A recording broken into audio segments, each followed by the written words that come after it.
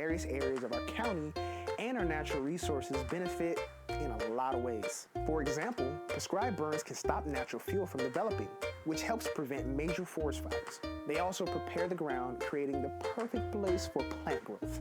And they help prevent the spread of diseases, keeping our trees healthy. Those are just a few ways how prescribed burns are working for our environment and how Hillsborough County is working for you. So you see, not all fire is bad, no matter what the old-timey narrator says. For more information, visit us online at hcflgov.net. Okay, I see your point. Can I show more fire? No.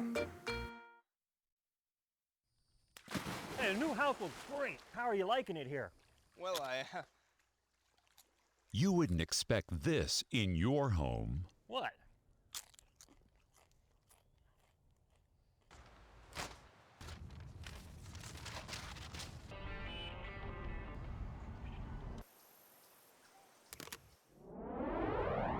Why on earth would you do it in ours?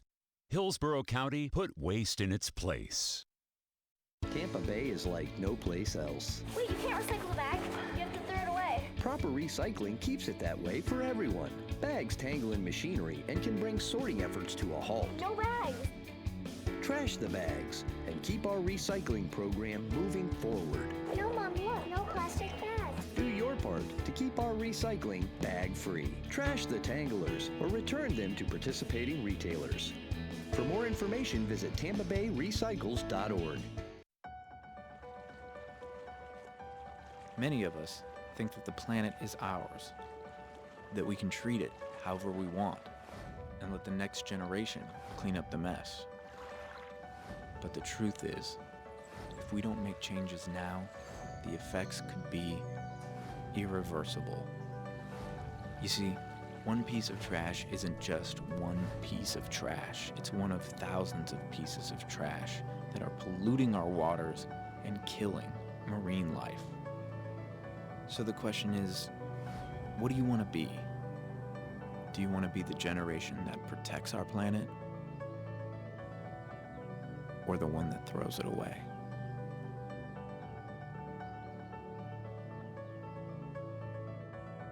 Help keep our paradise litter-free.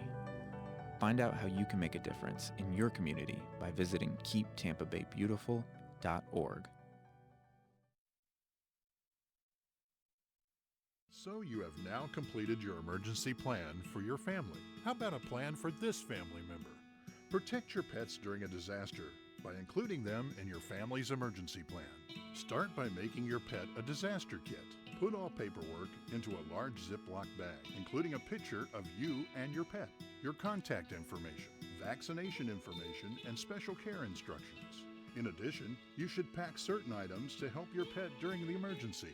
A 7-day supply of food with bowls, a travel crate, and your pet's favorite toy. Remember, shelters are the place of last resort. Your plan should include being far away from the disaster's epicenter. But if you do find yourself at the shelter, know the rules. Once at the shelter, your pet will be placed in a designated animal section.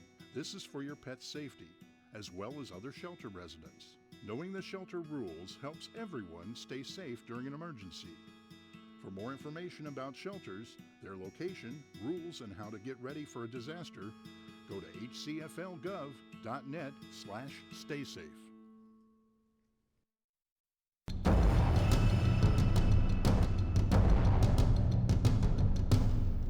Thank you all for coming.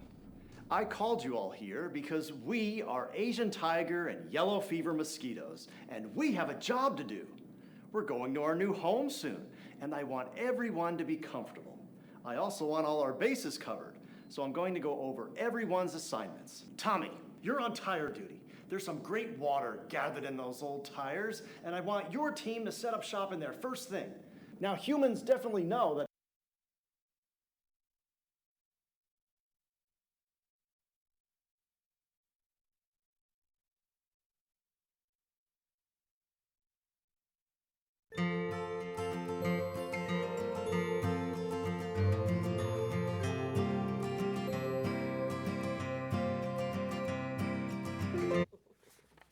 Good evening. This is Wendy DePaul. I am the chair of the Animal Advisory Committee. I'd like to welcome everyone to the Animal Advisory Committee meeting for June 27th, 2018. We've had everyone sign in, and I'd like to begin our meeting today with a moment of silence and the Pledge of Allegiance. So please stand with me.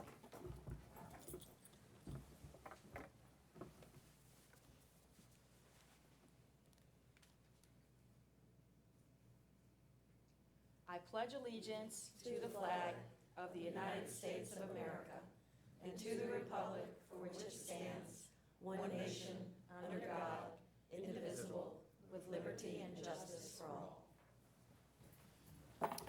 Thank you very much. So I've kind of welcomed everyone, but I'm going to, I guess, welcome you all again because that's next on the agenda. And as you all may or may not know, we have a couple of presentations today. So I imagine I should be introducing our representative, Emily Park from Best Friends Animal Rescue, and I'm not sure who the person is for the other animal rescue. It'll be me, Lori Letzring. Oh, okay. But I think we have public comment and adoption of agenda items first. Yes, I was just going in order. That was number 3. So now we're Gotcha. going to go to 4. Okay. So now we've welcomed everyone. We've told you who's speaking tonight. So now we're going to go down to agenda number 4, which is the adoption of the agenda and the approval of the minutes. Has everyone on the committee had a chance to review the agenda for this evening? Do we have any motion to adopt the agenda? Judy Saltrick, I motion that we adopt the agenda. Any second? Blake Chambliss, second. Very good. All in favor, say aye. Aye. All opposed? Okay, the agenda has been passed. The next, we'd like to approve the minutes from last month's meeting on April 25th, 2018. Has everyone had a chance to review the minutes from the last meeting? Any discussion? Does anyone like to make a motion? Christy Layton, make a motion, we approve the meeting minutes from last month, well, from April. April. We did not have a meeting in May. Right. I'll second it. Hansel Levingood, second. Okay. Do we need to discuss this? Anyone discussion? No? All in favor of adopting the minutes or approving the minutes from last meeting? Say aye. Aye. All opposed? Okay, so now we've approved the minutes from last week's meeting. So now we're down to agenda item number 5, which is public comment. So I'll be going in order of the sign-in sheet that I have here. But I do need to make a statement for everyone who's planning on speaking today. The Animal Advisory Committee welcomes comments from citizens about any issue or concern. Your opinions are valued in terms of providing input to the committee members. However, it is requested at the same time when you address the committee that comments are not directed personally against a committee or staff member, but rather directed at the issues. This provides a mutual respect between your committee members and the public. When addressing the committee, please state your name and address and speak clearly into the microphone. Each speaker will be allowed 3 minutes. We will be timed. Do I have someone on the committee who'd be interested in timing this evening for 3 minutes? Okay, Christy Layton's going to time us. So what will happen is when you get down to 1 minute, she'll tap on the microphone, right? 30 seconds. She'll tap, and then she'll call time at the end of 30 seconds, and we'll ask you to please stop. Okay. Our first speaker this evening is Tamar Berry.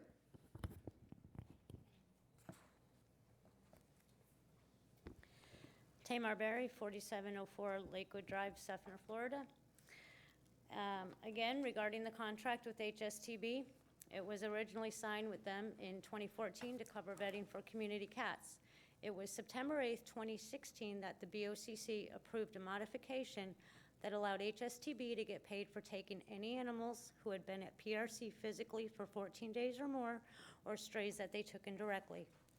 HSTB promptly retroactively billed the county for over $3,000 for all animals that they had taken from PRC that had been there for 14 days or more for the entire year of 2016, despite that the contract was not even signed until September of 2016. I don't know if the contract allowed for that, but if it did, it should not have. What was even the point of allowing that? Was HSTB going to bring back all those animals if they didn't get paid for them up to 9 months after they actually pulled them? In my opinion, that's pure greed and a waste of taxpayer dollars that were meant for our shelter animals. Adopted animals. Bella was adopted in September of 2016. She was brought back to the shelter in December of 2017 by someone who had all her adoption papers and said they had acquired her through an ad on the internet. The person who surrendered her stated he took her because from her ad, it didn't look like she was being cared for properly. And they said that she had so many fleas that when they bathed her, the water turned brown. They brought her to the shelter because she had more medical than they could afford and said if the adopter reclaimed her, they requested a welfare check. The shelter contacted the adopter, who said she had to give the dog away due to her landlord. Bella was listed as a 44-pound staffy. Just 10 days later, the adopter came back and adopted another 44-pound staffy. I wonder if Bella saw her former adopter there picking out a new dog. The new dog was returned the same day. This adopter then came back again about a month later and adopted yet another 45-pound staffy. Wonder why the landlord would not allow Bella, but other same breed dogs were okay. Not to mention a citizen had requested a welfare check on this person, but instead PRC just gave her more dogs. There is Mika. Mika was originally surrendered for no time. She was adopted 1 month later, returned a week later, then adopted again the next day. She was then returned about 3 months later, then adopted again a week later. She was then brought back to PRC as a stray, and then adopted again at a special promotion a few days later. A week after that, she was found tied to a pole with a very serious open gaping wound. Asher was adopted on 4/25 and returned the same day. The adopter said that Asher went after his dog's neck. That adopter is welcome to adopt again with no notes that they need to be educated on proper introductions. So why would the next time be different? No one can know in a matter of a few hours if a shelter dog will work out with their existing pets. Asher was a volunteer favorite and was killed for kennel stress. I'm sorry, that's time. I'm sorry, I do have to stop you there. So we have a lot of people on the list. Our next person is Jen Miranda. Good evening. I'm Jen Miranda, 104 2nd Avenue Southeast, Lutz, Florida. In April, I spoke about adopting 11-year-old Rennie from the shelter just this past December.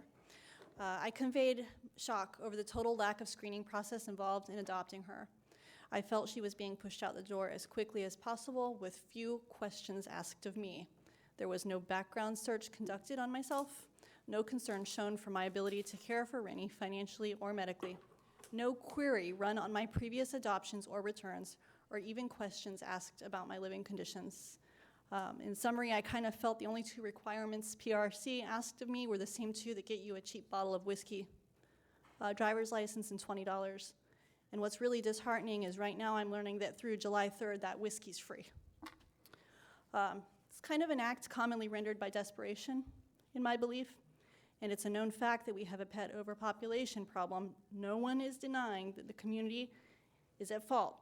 However, there's a small army of people, many sitting in this room, begging shelter management to engage the good sector of the community and ask for help. Admit that there's a problem and develop creative initiatives to save lives. First and foremost, a vetted adoption process. I'm sure dogs like Tom and Stanley, who died a brutal death, would have much to say about the freebie events that are going on right now with zero screening measures in place. Again, as an adopter, I'm here speaking on behalf of that. I'm certain there were zero screening measures for me. I feel like currently energy is being spent perpetuating an illusion, and it doesn't have to be that way.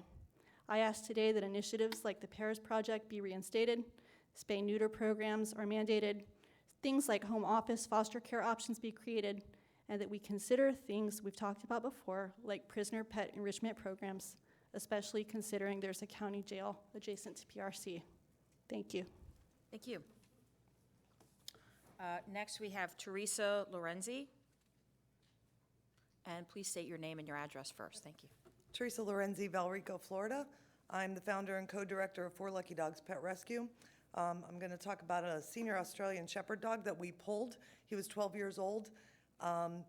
He was relatively healthy per our vet, and complete blood work was done by our vet. A rescue plea was sent out, and an adopter came forward, but was scared away by the medical that the shelter told her he would have, so she reached out on Facebook for a rescue's help. We responded because we specialize in herding dogs.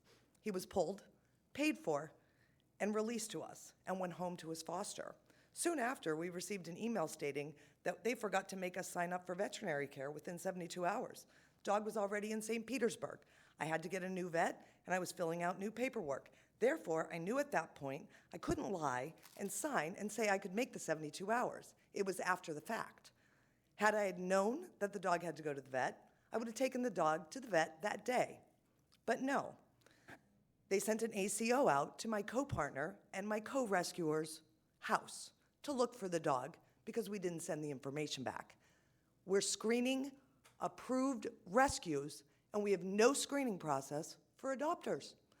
They send out heartworm-positive dogs to adopters, no follow-up care. My dog had an ear infection. Dogs aren't going to die from an ear infection. We'll die from heartworm. Where are the priorities? They're bullying the small rescues who do things the right way. We don't even board a dog. We only take exceptional medical care of every dog that is part of our rescue. They keep pushing good people away and allow for any hog hunter or anybody to come in without even a fee this weekend and without any application process. Maybe if we would take a quarter of the time they wasted following up with partner rescues who fill out an application and spend that on finding good application procedures, the county would be in a better place. Or spending the funds that the ACO had to come to my partner's house to spay and neuter programs and address the overpopulation problem in the county, we might be in a better place. I work with a lot of shelters throughout the state. There's not one that polices our rescue like this county does. It's offensive. We take great medical care of our dogs. It's a waste of taxpayer money. Maybe this is why we don't get help from rescues. So they send all their stray dogs to the Humane Society and make their live outcome numbers look good. Just think of the hypocrisy of this situation. I pay as a rescue to pull a dog from the shelter, and they want information on where my dogs are after the fact. We, the taxpayers, pay the Humane Society to take the dogs, and they have no accountability of where those dogs are today. Something is wrong here. Thank you. Thank you. The next person is Lizanne Quinn. And please state your name and address for the record. Thank you. Hi, good afternoon. I'm Lizanne Quinn. My address is 17340 Darby Lane, Lutz, Florida. I am the creator, director, and administrator of the PAIRS project, which worked with the Pet Resource Center in calling adopters and people who surrendered dogs. We worked for over a year under the direction of Director Trebetoski, and we called every single adopter and every single person who surrendered a dog for a little over 1 year when the program was suddenly stopped. The reason that I'm speaking tonight is because there are no adoption applications whatsoever, and I want to know why in the municipal code, section 6.48, subsection B, is not being followed by the Pet Resource Center, and why this is addressed in the code that applications and counseling and education classes are supposed to be provided to every single person who is adopting a dog, and why this is not being followed. If this was put in the code by the commissioners, I would like for all the commissioners' liaisons to please find out why did they put this in the Muni Code and then no one follows it. Is there no money set aside to do this? Because our project did this completely for free. We talked to adopters who had adopted dogs and had problems, adopters who had sick dogs and wanted to return their dogs. We talked them out of returning. We worked with staff at the shelter to get medical treatment. We worked with vets who provided free medical treatment. We worked with vets who provided heartworm treatment for people who got home, had a dog, the dog started to get sick. I can't even tell you how many people we talk, of 30 people we would talk to a day, 25 people had coughing, sick dogs. And we worked with those people. We worked with people who had surrendered their dogs and found out a lot of people just can't afford to feed their dog. And we had people who would bring them food, send them food. We got free vet care. We raised funds for people. Why was this program suddenly stopped and no application process has been enacted since then or prior to that? And we're not the only free service to the county that offered to do applications. We can screen applicants that want to adopt dogs, and we can get information back in less than 10 minutes on where people live, if they allow dogs, whether these people have had evictions, whether these people are felons. Roger and I worked together on many cases of people who adopted dogs and they were convicted felons, people who had outstanding fines with the county for dog infractions. So I want to know, why are we adopting dogs to how is that a successful adoption when a dog gets adopted and then 2 days later the dog is turned out loose, returned as a stray, picked up on a highway, attacked somebody's cows and has to be shot by a neighbor? I mean, I don't consider that a successful adoption. I don't think that a county of this size and this magnitude and with these intelligent people in this city that we have, that we should just throw our dogs out like that. Thank you. That's Okay, time. thank you. Well, I would just like to have that question addressed, why this is not being followed. Can we address that at the next meeting, or can someone get back to me? We can talk about, whether we need to add this to the agenda, but right now, it's just public comment, so. Okay, But yeah, we it's do a viol- obviously listen to everyone's comments, and it does, we do pay attention to what you say. I mean, there's a code violation, clearly, so. Well, we can't do anything with code violations, but, Well, why isn't the PRC following the directive of the Muni Code? Right, but we can't have discussion on that, We That's a listen to question. comment, but that's all we can do, really. Okay, I would just like an answer at one of these meetings one day. Thank you. I have next Cynthia Baker.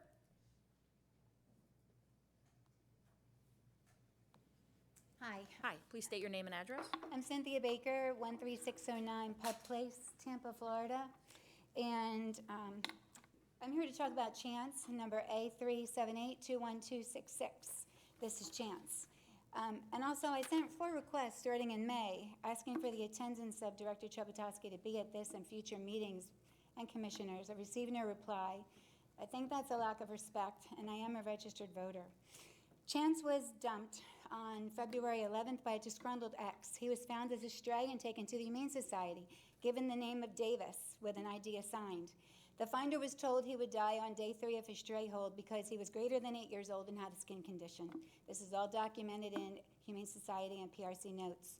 A local volunteer group had owner go get him and take him to PRC. A new AID number was given. Now there are 2 live outcomes recorded for this one dog. Hooray, because that's great for awards and grant money, I think. PRC notes and videos I have on my flash drive, I can't show them, but I do want you to know that every single note that I was sent from Chance, which I requested from PRC, says, takes treats gently, leashes and unleashes beautifully, loves play yard, loves all volunteers. He's social, friendly, inside and outside. Every note, every date said the same thing until the 8th of June. Then it said, now here 115 days, so please euthanize for CDU, community deemed unadoptable. But, oh, wait a minute. The very next day, same picture, same dog, euthanization code was changed to long-time confinement, kennel stress, mental suffering, vet-recommended medical euthanization for he and 15 other dogs who were CDU on 6/8, and they needed to be put down for mental stress on 6/9. They just all went crazy overnight. I don't understand what happened to ROMP. Why is Amy Sadler's program not being followed to the letter? Why do we only use a segment here and there? Because we're failing. On 6/11, 2 do not youth mails were sent by the public to PRC. No response from PRC. So on 6/12, the adopter called and said, he's being euthanized in 1 hour. We don't have time to email you back. So she rushed down, she adopted Chance and saved him. He was heavily medicated, staring blankly for 2 days, and extremely emaciated. I did bring pictures. The adopter is a retired, highly decorated police investigator, and she was told, you adopt him or he's euthanized, no fostering. I hired Victoria Parker. I sent her to his home yesterday to evaluate. She said there's no skin infection any longer, and he's now thriving, human and dog friendly, social, loving, living with 3 Chihuahuas, not one sign of anxiety or aggression. The community saved Chance. PRC just took our tax dollars and failed him. Where was the required daily behavior enrichment that's required in best practices that you cite, that you follow? PRC fails dogs daily and unnecessarily. You're not the enemy. We're trying to help you. We don't want dogs to get fake medical excuses to put them down so that you can say you have a 90% live release rate. Thank you. We have to cut you off there. Okay. Thank you. Thank you for your Thank time. Next, I have Michael Baker.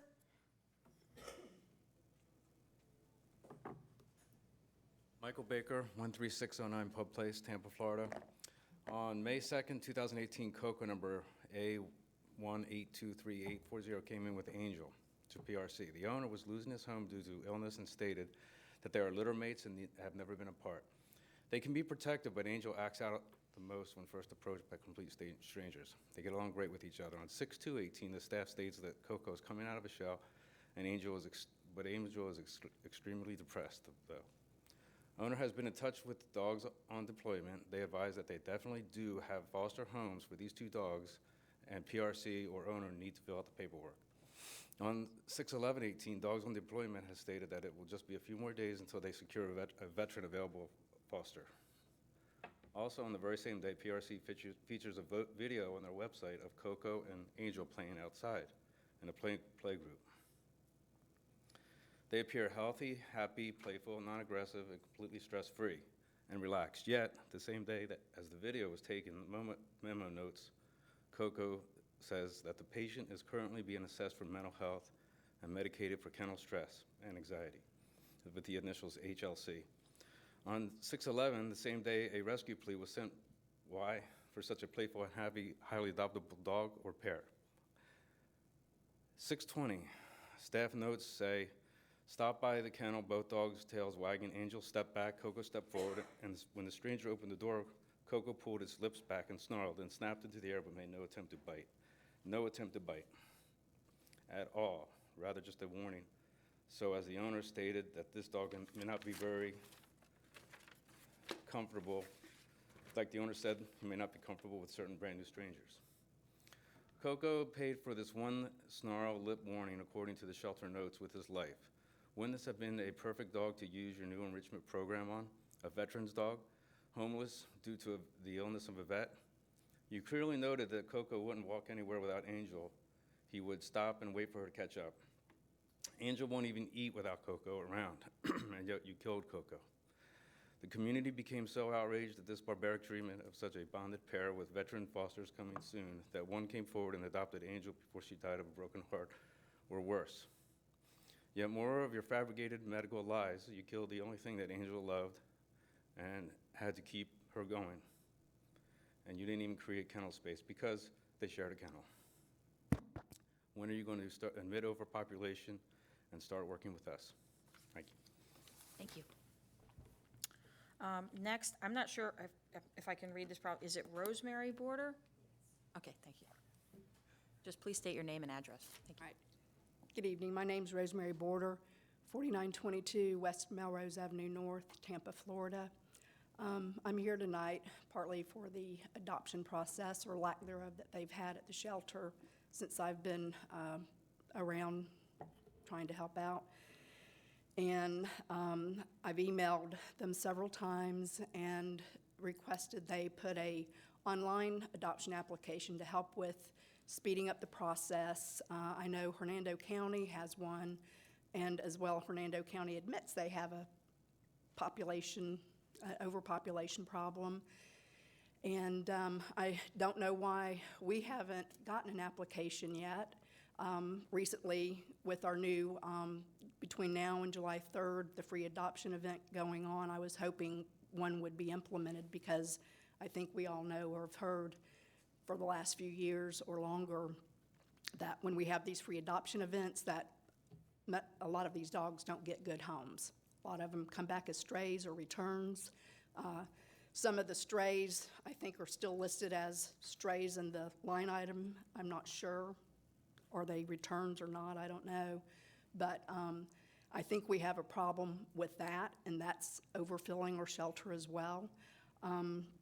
The other thing I think we're doing is focusing too much on labeling our animals.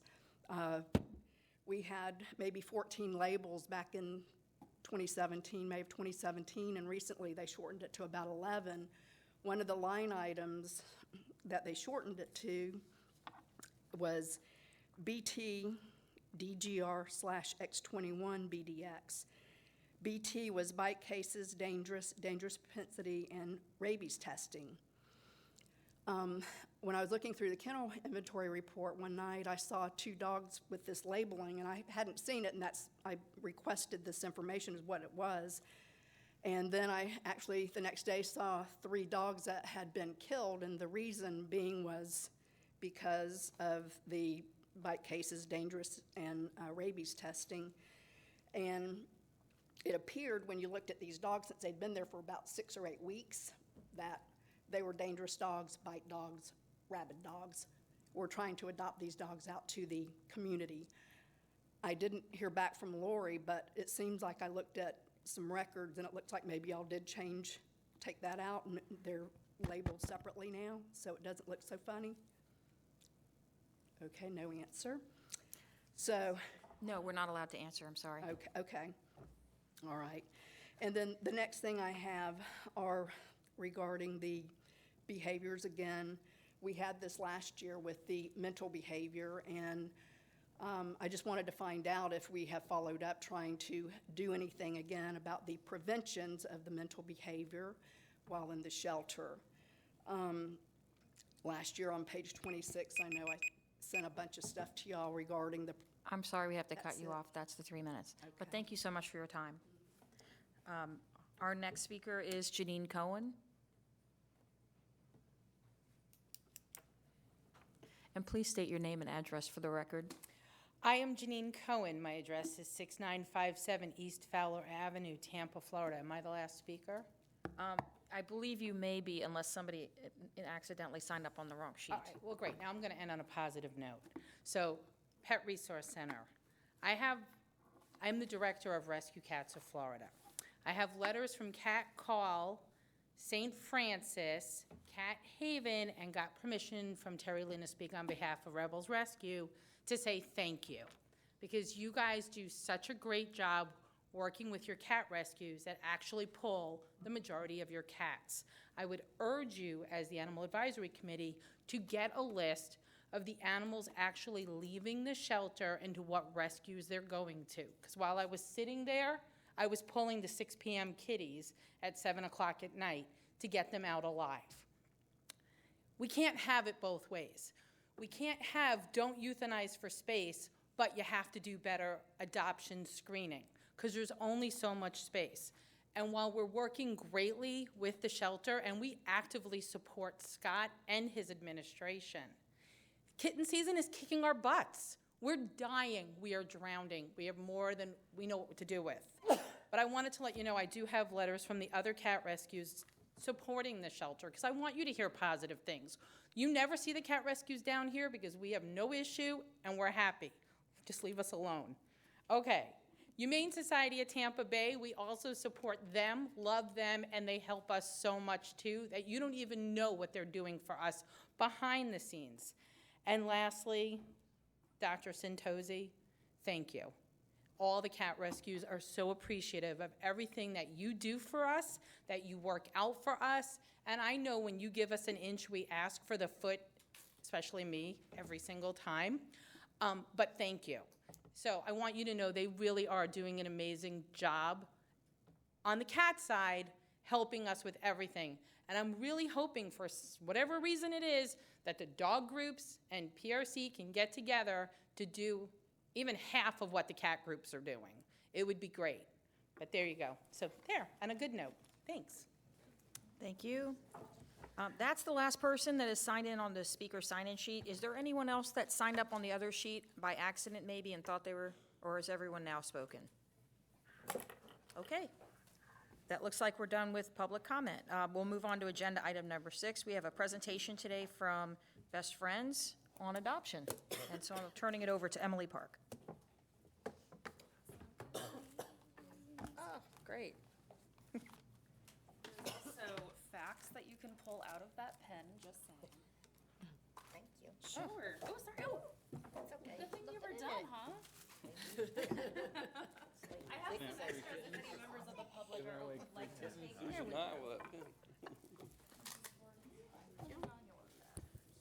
Good evening, members of the Animal Advisory Committee and members of the public, members of Pet Resources Center. We asked Emily Park to be here. She is our Southeast Regional Representative from the Best Friends Animal Society. We wanted her to introduce herself and introduce Best Friends. We felt like that was an important introduction to be made. Shortly after that, I will be making a presentation on the adoption process. I would ask you please to hold questions until the end so that we can get through the material. We have a lot of material to present this evening, and it would be very helpful if we can present and then take questions, if that's okay, Madam Chairman. So with that, Emily, thank you, and please come forward. Bear with me. I know I look like a millennial, but technology is not for me.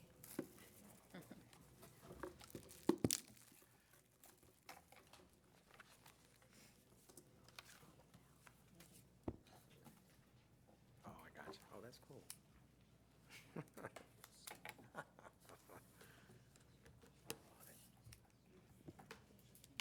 That's funny. Okay.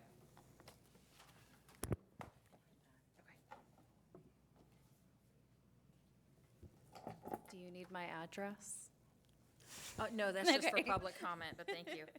Okay, so, like they said, my name is Emily Park, and I have been asked here today to speak on behalf of Best Friends Animal Society regarding open adoptions. Best Friends Animal Society, just some quick background, is a leading national animal welfare organization dedicated to saving the lives of cats and dogs in America's shelters.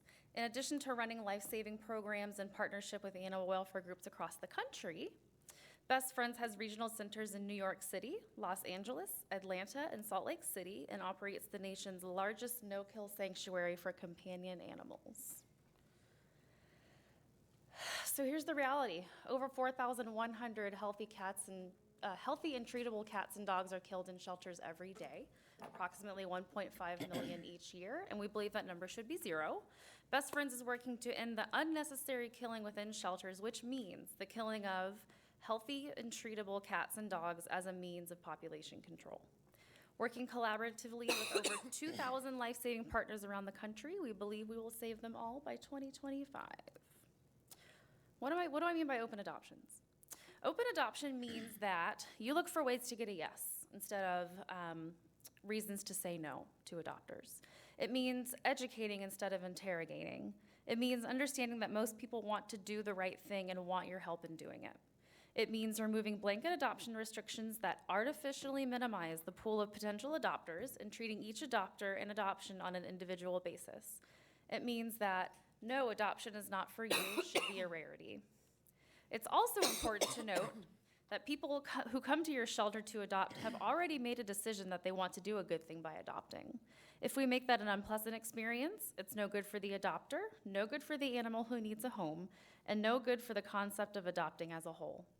And if you turn an adopter away, they will still most likely get a pet from somewhere, but you're making sure that it most likely will not be from a shelter and definitely not your shelter. And it may or may not come vaccinated, altered, etc. And in the process, pushing people who want to adopt to instead buying dogs, which increases the demand and revenue for bred dogs. With non-open adoptions, potential adopters are put through the ringer and asked to pass a battery of tests. Their homes, lifestyles, and children are scrutinized and evaluated, and despite their compliance and desire to adopt, they're often denied. Of course, that doesn't mean they won't get a pet. It just means that they will give up trying to get one from a shelter.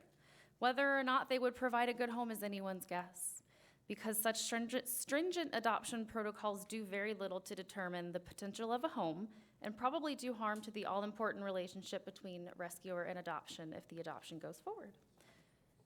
Shelters have a diversity of animals in them, and the needs of those animals is just as diverse as the adopters who come in. Of course, that doesn't mean they won't get a pet. It just means they'll give it trying to get one from a shelter or rescue group. Oops. This doesn't mean that everyone who wants to adopt a pet gets a pet, but those people are going to be a very small minority of the people who come to your shelter. While many people may not know a lot about pets when they come there, and that's why they came to the shelter, the expert on pets, not them, they genuinely want to do the right thing, and with a little help from you are going to be pretty good pet owners.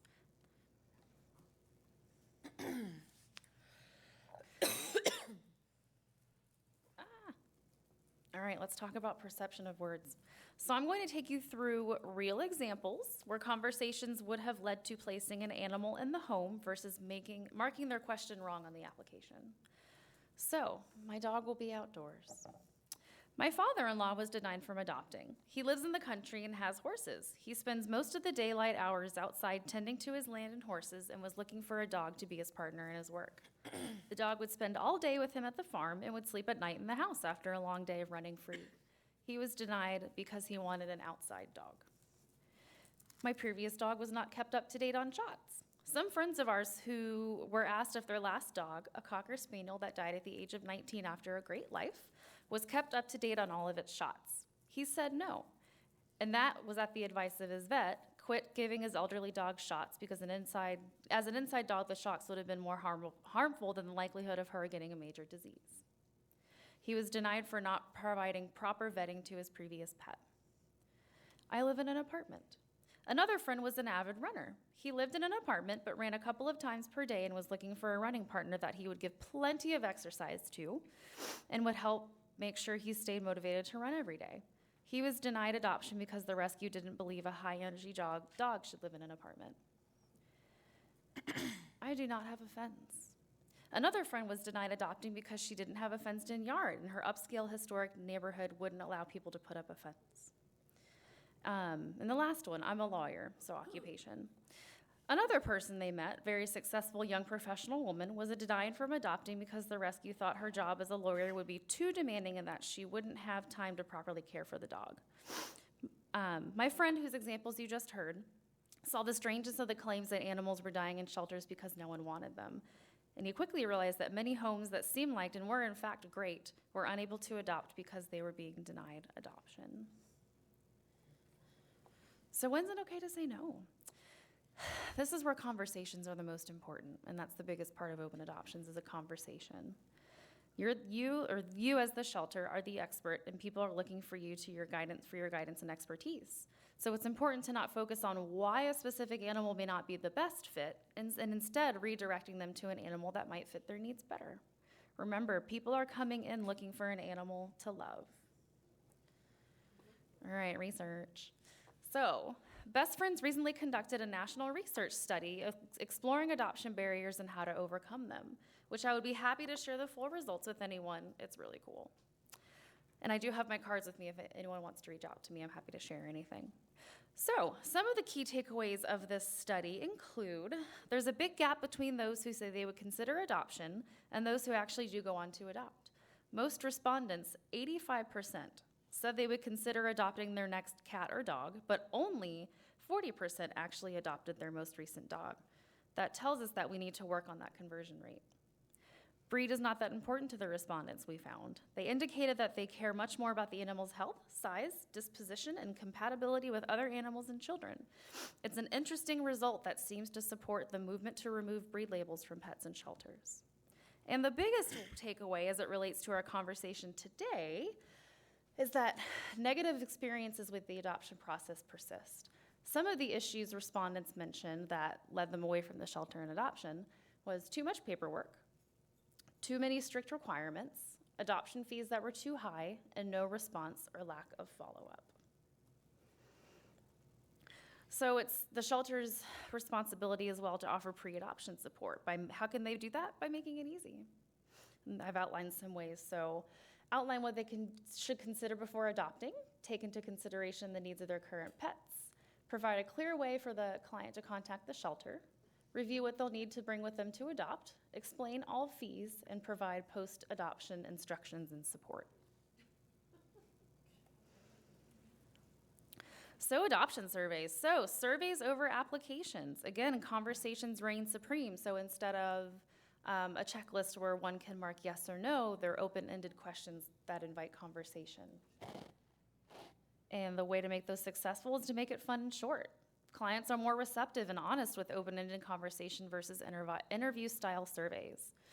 And then, of course, keeping the surveys and procedures aligned with your current philosophy. And again, it's critically important that the adoption process is positive for the adopter. An adoption survey should be used as a tool to assist the adoption process and not be used as a requirement before showing a pet. You can fill out, even adoption counselors can fill out surveys while they're counseling potential adopters to save them time. So let's take a look real quick.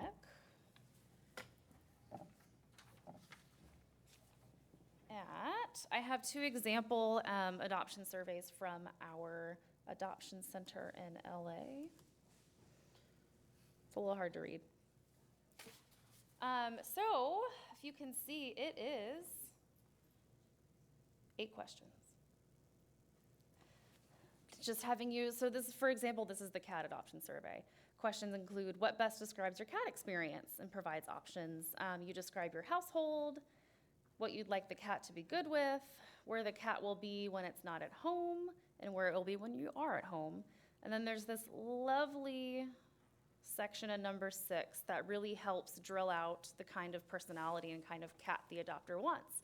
And also, surveys can be used, like with these open-ended conversations, it really can help maybe like a red flag pop up and provides you the opportunity to provide some education to make the adoption successful. And then we have the dog adoption survey, which is quite similar, again with the personality. NKLA, in our adoption centers, also use counseling checklists for their adoption counselors to make sure, to ensure grade A conversations and adoptions happen.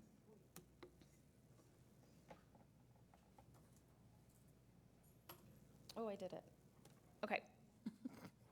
All right, keep the judgment out. Regardless of what level of perceived safeguards are in place, nothing guarantees a 100% successful adoption rate. The need to get pets into homes opens up other spots for animals truly needing shelter care and far outweighs these perceived safeguards. There's exponentially more data showing success based on the open adoptions practice, which again, I'm happy to share. We're trying to have a broad impact, and making policies based on exceptions and perceived safeguards greatly takes away from making an impact. These policies, with little to no research to back them up, lead to less lives saved, which is the exact opposite of our mission. Post-adoption support. Hear that support word again. So it should be clear that you are a resource even after the animal has been adopted. Decide what type of follow-up works best for your shelter. Be aware of other resources outside of your shelter, because we know you're very busy every day. And you can also provide these materials to the adopters to continue. So, to highlight real quick, these 2 resources, Maddie's Pet Assistant is an app for adopters and fosters. Say someone's fostering or someone just adopted kittens and there's a health issue or something's going on and it's late at night. They can plug in what the issue is, and then it provides troubleshooting and resources and all of that, which is the same for post-adoption support. I believe they have a behavior section and things like that. So making support readily available immediately. Very cool. All right, let's play a game. Okay, fact or fiction? Pets as gifts are at a decreased risk of being relinquished or an increased risk of being relinquished. Can people respond or no?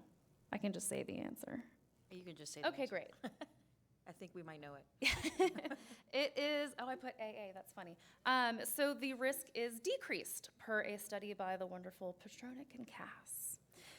Also, Dr. Emily Weiss of the ASPCA did great research on this topic. And speaking of relinquishments or returns, returns are absolutely not a sign of failure whatsoever. In addition to learning more about the animal, the shelter asks the adopter to return the dog per a lifetime guarantee should it not work out. It's what we ask them to do, and then we continue providing assistance. After all, we are the resource. So again, returns are an opportunity to learn more about the pet in the home. Even if it's just one day, even if it's just an hour car ride. Was it a lover of couches? A lover of your shoes? Did it prefer to be left alone? Did it get along with your dog or cat? How was it in the car? We can learn so much information from returned animals. All right, another question. The depth of the bond with companion animals is, in terms of lower income households, the answer, which may not become as a surprise, greater in low income households. All right, free adoptions. So here's some more research. So, fact, reduced fee and no fee adoptions save lives. Lower adoption prices help shelters and rescue groups too. Quickly find homes for more animals. Find homes faster for harder to place pets like senior pets, pets with special needs, etc. Also increase save rates at shelters with open admissions, so that would be in terms of rescues who are helping to pull animals from their shelter. And attract new adopters and allow previous adopters to adopt pets at a lower cost. So this is the study up here that's outlined. It was done by Maddie's Fund. They did a post-adoption survey of its sponsored event in San Francisco in 2011, which offered free adoption fees. The upshot, 6 to 12 months after the event, 95% of dogs and 93% of cats were still in their original forever homes. That means the return rate was actually less than average for most shelters and rescue groups. I'm happy to share additional results of this study with anyone who might be interested, like I was saying. With a good conversation-based adoption process in place, along with a short survey, people who want animals for less than honorable purposes are not likely to try and adopt because they don't want their actions to be documented by virtual or paper trails. That means no matter what the adoption fee, as long as you have an effective adoption process, you can attract quality adopters. These people aren't going to want to hand over their license and have that paper trail attached to them. And they're going to acquire a pet one way or another and not from the shelter. According to a study published in the Journal of Applied Animal Welfare Science, people who adopted cats with waived fees had the same degree of attachment as those who paid fees. Additionally, the study found that eliminating fees did not devalue the cats in the eyes of adopters. The longer animals stay in a shelter, the more likely it is that they may develop health and behavioral problems, which cost money to treat. That means reduced and no-fee adoptions may save your organization because the faster you find pets homes, the less you will spend on their care. Plus, the faster you help animals find homes, the happier and healthier they'll be and the more lives you're able to save. And here's some references, and I would like to point out that everything I've talked about today is considered best practice by the leading animal welfare organizations across the country. It really works. Open adoptions are what all of us need to be doing to ensure that more animals are finding homes instead of drowning in our shelters. People want us to help, and we should let them.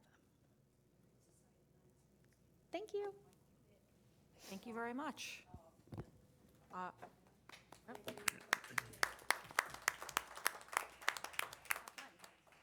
Oh, can I ask one quick question? Wendy DePaul, is it possible to get a copy of the PowerPoint or any of the information? Totally, yeah. My cards are in all the folders, too. Okay. Hit me up. Great, thank you. And like I said, general public, I have some more handouts in my cards as well. like a card. Okay, I'm gonna leave them right over there for anyone. Me too. Okay. Well, it's probably everybody. I brought enough. What's that? We're asking questions after both. Yeah, at the end of hers.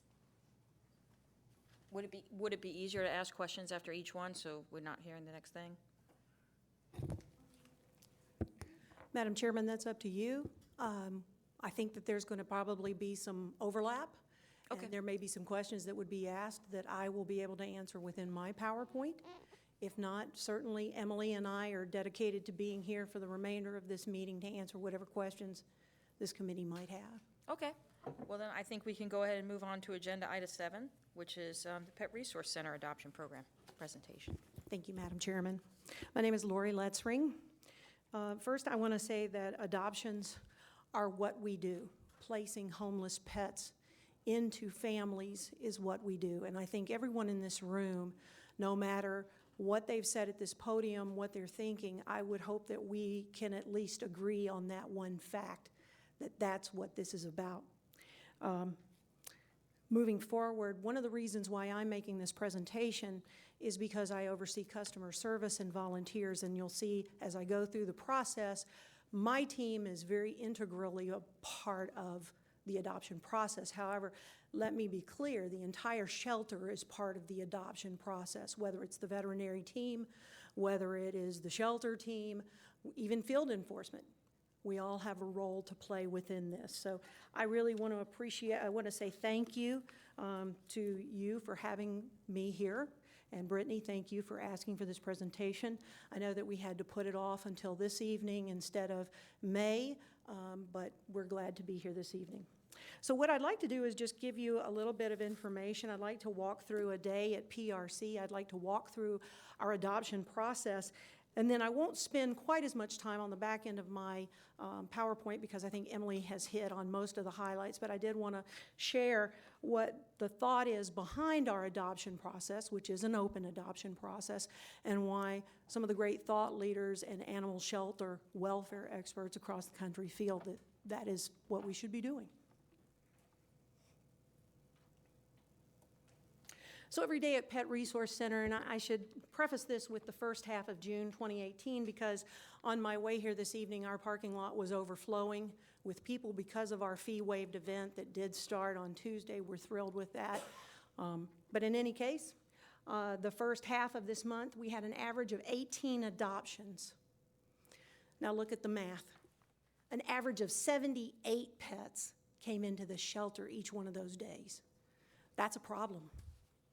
And the reason why that's asterisk is because it's not just intake at shelter. We're also talking about field staff bringing in pets. So you can see from the math, we've already got a problem. We average approximately 3% or less adoptions end in returns. And by the way, we've not seen a difference in that percentage, whether it's a fee-waived adoption or whether it's a regular adoption. I agree with Emily that returns are not necessarily a bad thing. If a pet is not a good fit, why force that issue? Shelter right now is at capacity, 120% over for dogs, 160% for cats. If I may, I'm going to try not to be emotional, but I will share with you that you will know that we are over capacity when you come into Pet Resource Center. Every single one of the management team and every single one of the employees are looking at the numbers every day, and we see the kennels, and we see how overpopulated we are, and we're very concerned. So I know sometimes, you know, we're painted as not caring, but I can tell you I care a great deal, and so does everyone else at the shelter. The Best Friends fee-waived shelter event has already been discussed, so I won't go there. But fee-waived events have been recognized as very successful rehoming events by the University of Florida and Maddie's Fund, Best Friends, the Journal of Applied Animal Welfare Science, and the ASPCA. So let me walk you through the process. Somebody comes in and they want to meet the dog in A34. They're usually going to have a meet and greet with either a shelter employee, or in this case, that's Dan. He's one of our best volunteers. He's wearing a green shirt, and he's going to take that dog out. While in the meet and greet yard, there's a conversation that takes place. And the reason why I share this with you is because the adoption application or adoption process doesn't start when you sit down in front of a customer service person. It starts right here. This is when we start having those conversations. And by the way, I looked at Emily's application forms, the cat application and the dog application, and most of those questions are asked during this conversation. So we talk about the dog's age and the energy, and we talk about the person and what's a good fit. We talk about the dog's health needs. We talk about the dog's ability to get along with women, men, children, other dogs, and cats, and that is a huge indicator of whether or not that family may take that pet, especially if it doesn't get along with other pets. If known, we talk about the dog's likes and personality. If it's an owner surrender, we usually have that information. If it's a stray, we probably won't. We will go over commands that the dog knows. We will talk about the adopter's home life, their interests, and their other family members. We will not have a discussion about their salary and what their take-home pay is. And we may suggest other pets. It may be that this just isn't a good fit. And a lot of times that comes out in the conversation of what they're looking for with that dog. And because our volunteers and our staff know our pets so well, they will make suggestions. And a lot of times people are interested in those suggestions and will take those suggestions. So the PRC adoption process focuses. At this point, you've now decided that you want that dog in A34. You've decided you want to adopt Charlie. Now what happens? Well, you're going to go to the front desk. There's a picture of Matt with a family. By the way, all of these pictures in this section were taken at our shelter. In fact, the picture of Matt and the family was taken at about 4:30 this afternoon by myself. We go over all of the notes on the pet. So that's behavioral notes, that's medical notes, that's playgroup notes. I think someone asked earlier, were we not a part of Amy Sadler's program. We are very much a part of Amy Sadler's program, and we're having Dogs Playing for Life coming out again in August, so we're very, very much a part of that program. We go over all of the medical on the pet. We go over in the entire medical history, and it's printed out for them to take with them. We talk about the pet's needs again, especially if there are medical needs. We get the adopter's ID, their permanent official ID, usually it's a driver's license. And by doing so, we're making sure that that person is matching the ID. We're ensuring that the adopter, by pulling up their person record in Chameleon, is not on the animal abuse registry, is not on the court-enjoined list, does not have current citations against them, and frankly is not on the do not adopt list.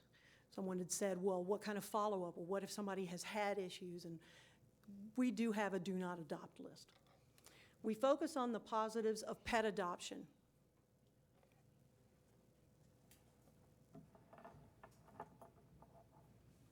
I'm sorry, there was laughter going on behind me. Yeah, I would ask that the members of the audience in the gallery, please, if I can hear you up here, it's a little too loud, so if you could just hold it down or have conversations outside. Thank you. Thank you, Madam Chairman. We focus on the positives of pet adoption. We provide information on introducing a new pet in the home.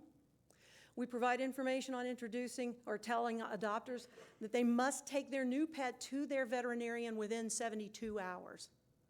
We do that on every single adoption, and it's in the adoption contract, and I'm going to show you that shortly. We routinely make follow-up calls to new adopters to check in. At one point, I was trying to meet with the PAIRS Project people. That meeting did not take place. I'm sorry it didn't, and I'm certainly willing to talk with the PAIRS Project people, but one thing that we needed was that information for our own selves. We did not have that at Pet Resources. We do make follow-up calls. We may not make as many follow-up calls as they do, but we do make follow-up calls. My team does that. At this point, I'd like to stop and I'd like to show you what someone gets when they leave our shelter with their new pet.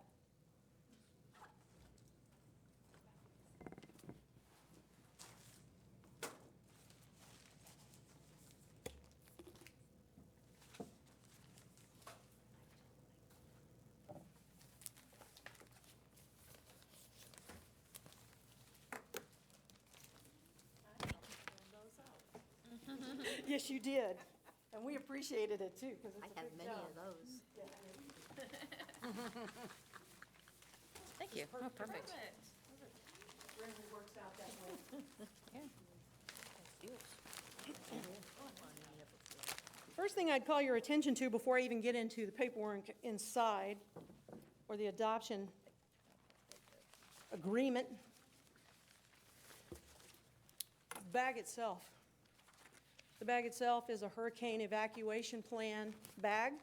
Inside it tells you that if you have to evacuate with your new pet, what do you need to take with you if you have to go someplace? On the back side, it has pet-friendly shelter locations and more information. We think that's a very important thing. We don't just give these out during hurricane season, because obviously hurricane season here is, 6 months? So we do this all the time. We know that a lot of people come into this community. They may be new to our community and they don't know about hurricane and hurricane preparedness. We at least want them to have hurricane preparedness for their pet. So that's the first thing. I'd like to move on to the adoption form. It looks like this.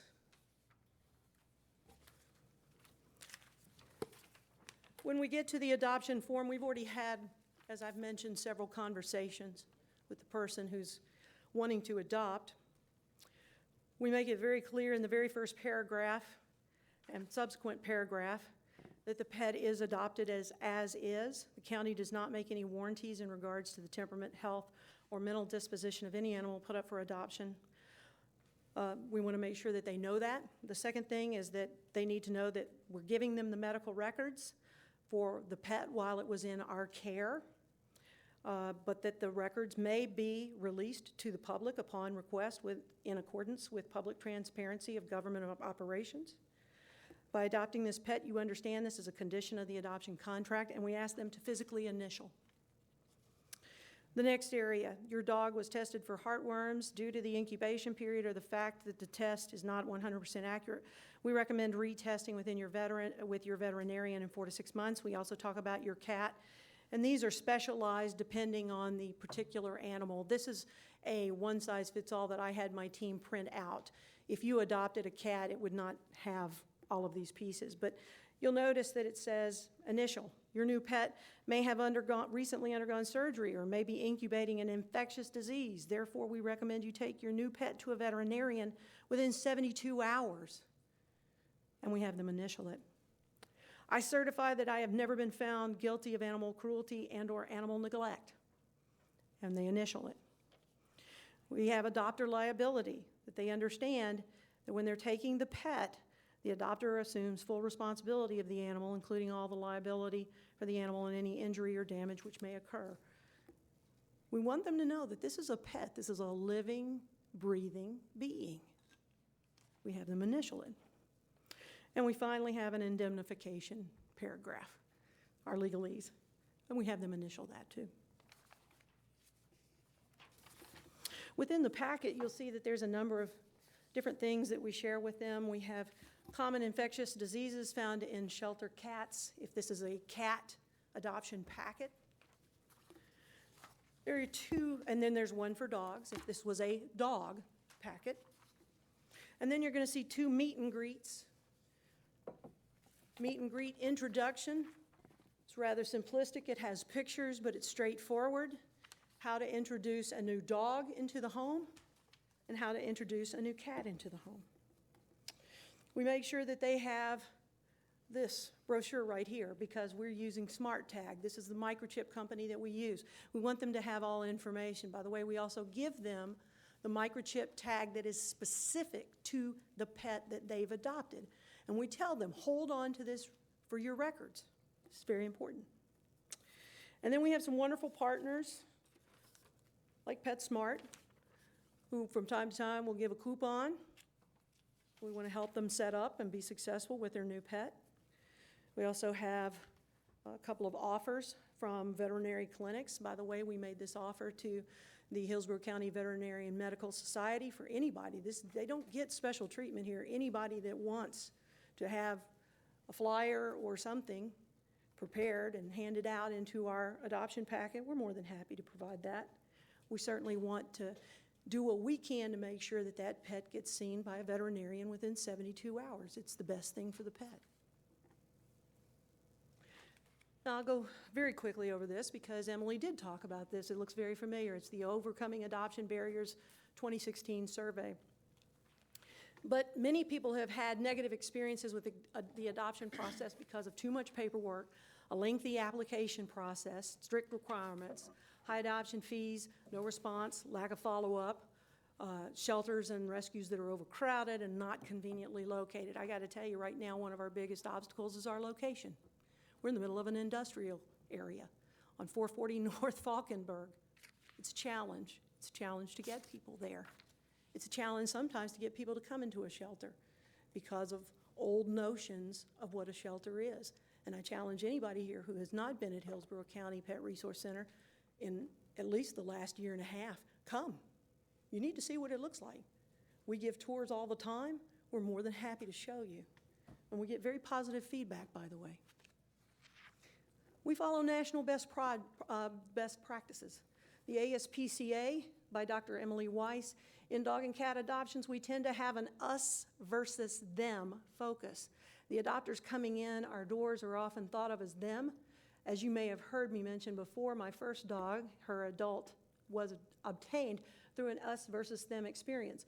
Often we develop roadblocks and barriers for those who come to our facilities, wanting them to prove themselves good enough, to prove they are enough like us, not to be them. The Humane Society, Adopters Welcome, highlights an approach that embraces community members, encourages them to adopt, and helps them and their pets succeed. The approach also acknowledges the connection among local adoption agencies and the impact adoptions or lack of adoptions can have on all of the animals in a community. And finally, Dr. Julie Levy from the University of Florida. The vast majority of national organizations and thought leaders devoted to improving the outcome of homeless animals and enhancing the human-animal bond favor transitioning to a culture of trust and support in the pet adoption process. It doesn't mean that animals are handed out indiscriminately, but it does mean that the process starts with the assumption that potential adopters are good people. I like this slide in particular. In the United States of America, there are 144 million estimated owned dogs and cats in U.S. homes. That's from the AVMA. But you notice at the very right side, only 6 to 8 million estimated dogs and cats are entering U.S. shelter system. So there are an awful lot of good people out there who love their pets and take care of their pets. From the Adopter's Welcome Guide. You can't afford to let your experience with a fraction of pets and their owners influence your perception of adopters. The consequences of denying an animal a home because of an unfounded fear or a prejudice are too severe. Long stays in a facility may compromise the pet's quality of life, and we've certainly heard a lot about that this evening, haven't we? Resources such as time, funds, and space are diverted from other pets within your organization and your community. Limited space forces euthanasia decisions. Demand for inhumane sources of pets, such as puppy mills and questionable breeders, increase. As Emily said, if somebody really wants a pet, they will find a way to get a pet. Pets and owners who may need help down the road are cut off from the safety net we provide. If we're over-judgmental and we turn them off, they won't come back. And they won't seek our help either. These are not imagined risks. They are real. The majority of pet owners are crazy about their pets. Embracing this perspective can help you stop viewing adopters as potential threats and instead see them as allies. Dr. Kate Hurley from the University of California, Davis on open adoptions and beyond. We need to go back to the first principle that we cannot control whether or not people get pets, only to some extent whether they get pets from us or somewhere else. People who are going to abuse animals will abuse animals. Obviously, we would never adopt to someone with a known history or obvious risk for animal abuse. But beyond that, the best we can do to protect animals is to give each pet owner combination the best possible chance under their actual life circumstances to form a successful bond. Meanwhile, the conditions in most bad adopter homes are still far better than either death or life in a cramped kennel or overcrowded cat room. Even if we were not euthanizing behaviorally sound animals in shelters, it would still make sense to try to support those least able to provide good care by ensuring that they adopt from a shelter rather than purchasing or adopting from another source. Finally, Brett Tellner, who is a noted animal welfare blogger. It is also important to note people who come to your shelter to adopt have already made a decision that they want to do a good thing by adopting. If we make that an unpleasant experience, it is no good for the adopter, no good for the animal who needs a home, and no good for the concept of adopting as a whole. And if you turn an adopter away, they will most likely get a pet from somewhere, but you are making sure that it most likely won't be from a shelter, and definitely not your shelter, and may or may not come vaccinated, altered, etc. And in the process, you are pushing people who want to adopt to buying dogs, which increases the demand and revenue for bred dogs. Now, let me clarify one thing about how I describe open adoptions. This doesn't mean that every person who wants to adopt a pet gets a pet. Most shelters that practice open adoptions do deny adopters who just have no business owning a pet. But those people are going to be a very small minority of the people who come to your shelter. He works for Best Friends now, too. Madam Chairman and committee members, we have approximately 18,000 pets come through our doors every year. It is an overwhelming responsibility, but it's one that we take very seriously. I appreciate your time to be able to present this information, and Emily and I stand ready to answer whatever questions you have. If you don't mind, I'd like to take a seat. Thank you, and thank you for your presentation.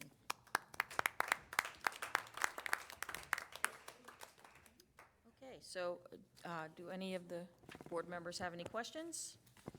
Brittany Powell. I have a couple of follow-ups, but first I wanted to thank you both for getting around to this agenda item that I've been looking forward to, because I wanted to learn more about the process. And like some people on the committee, I haven't had the chance to get down to Pet Resource Center and observe it firsthand myself, so thank you again for taking the time to do that.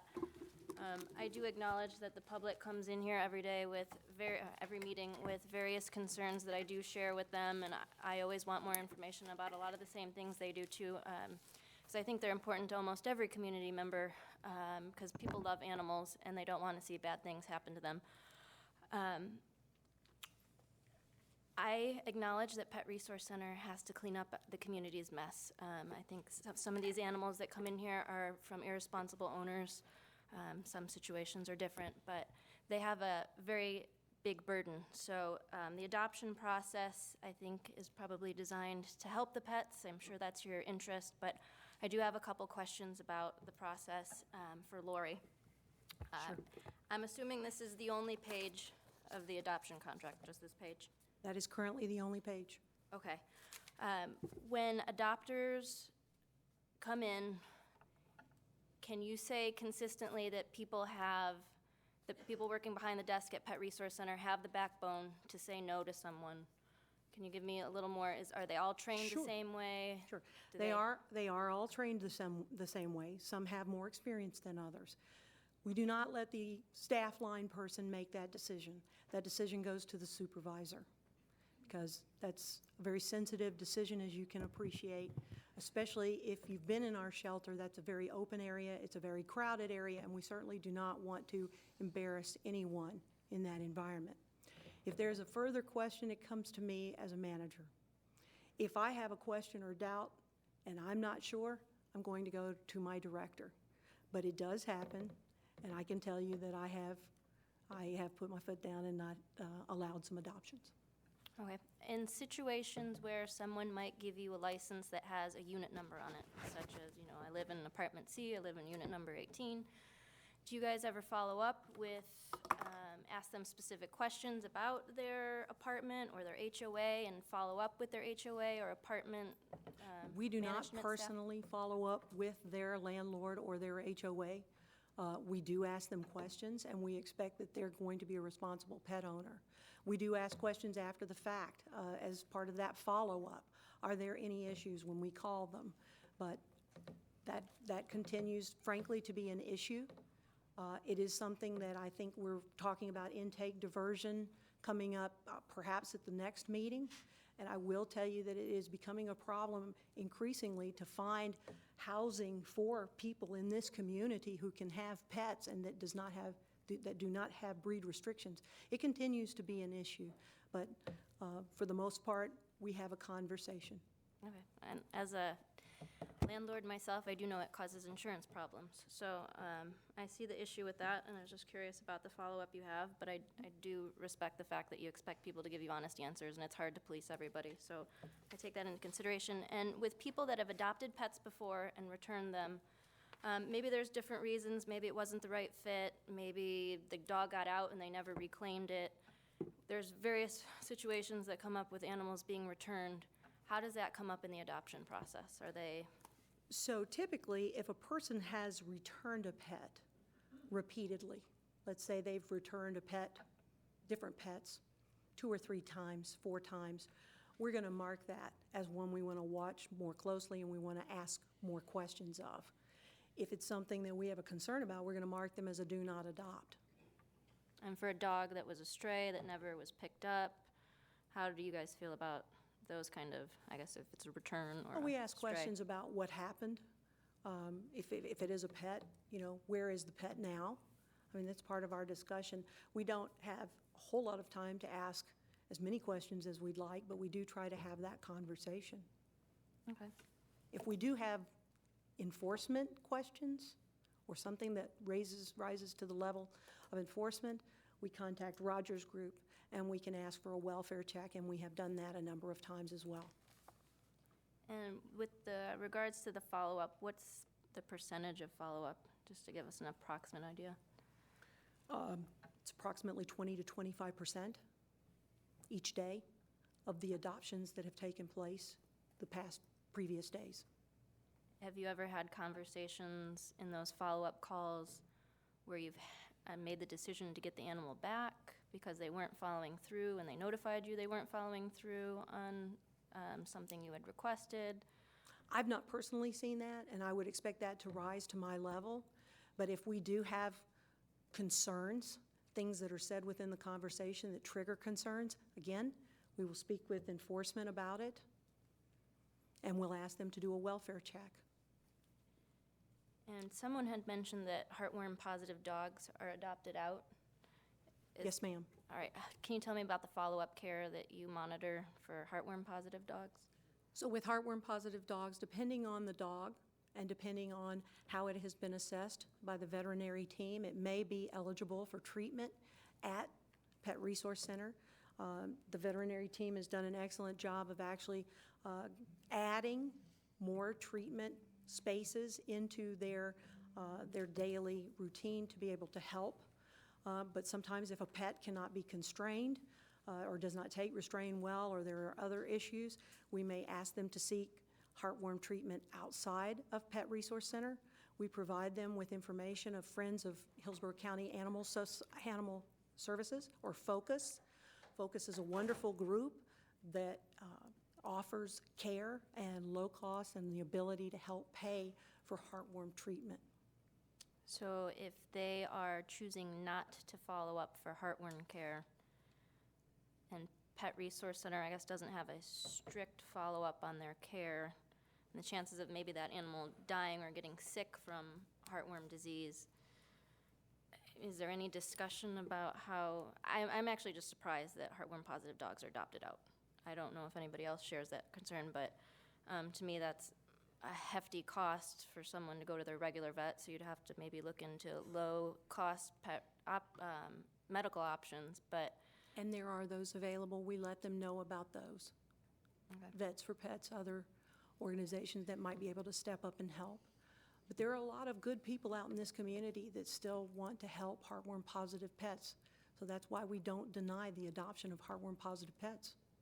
Okay. I definitely have a better understanding of the open adoption process, so I appreciate answering those questions. Thank you. Lori, I have a question.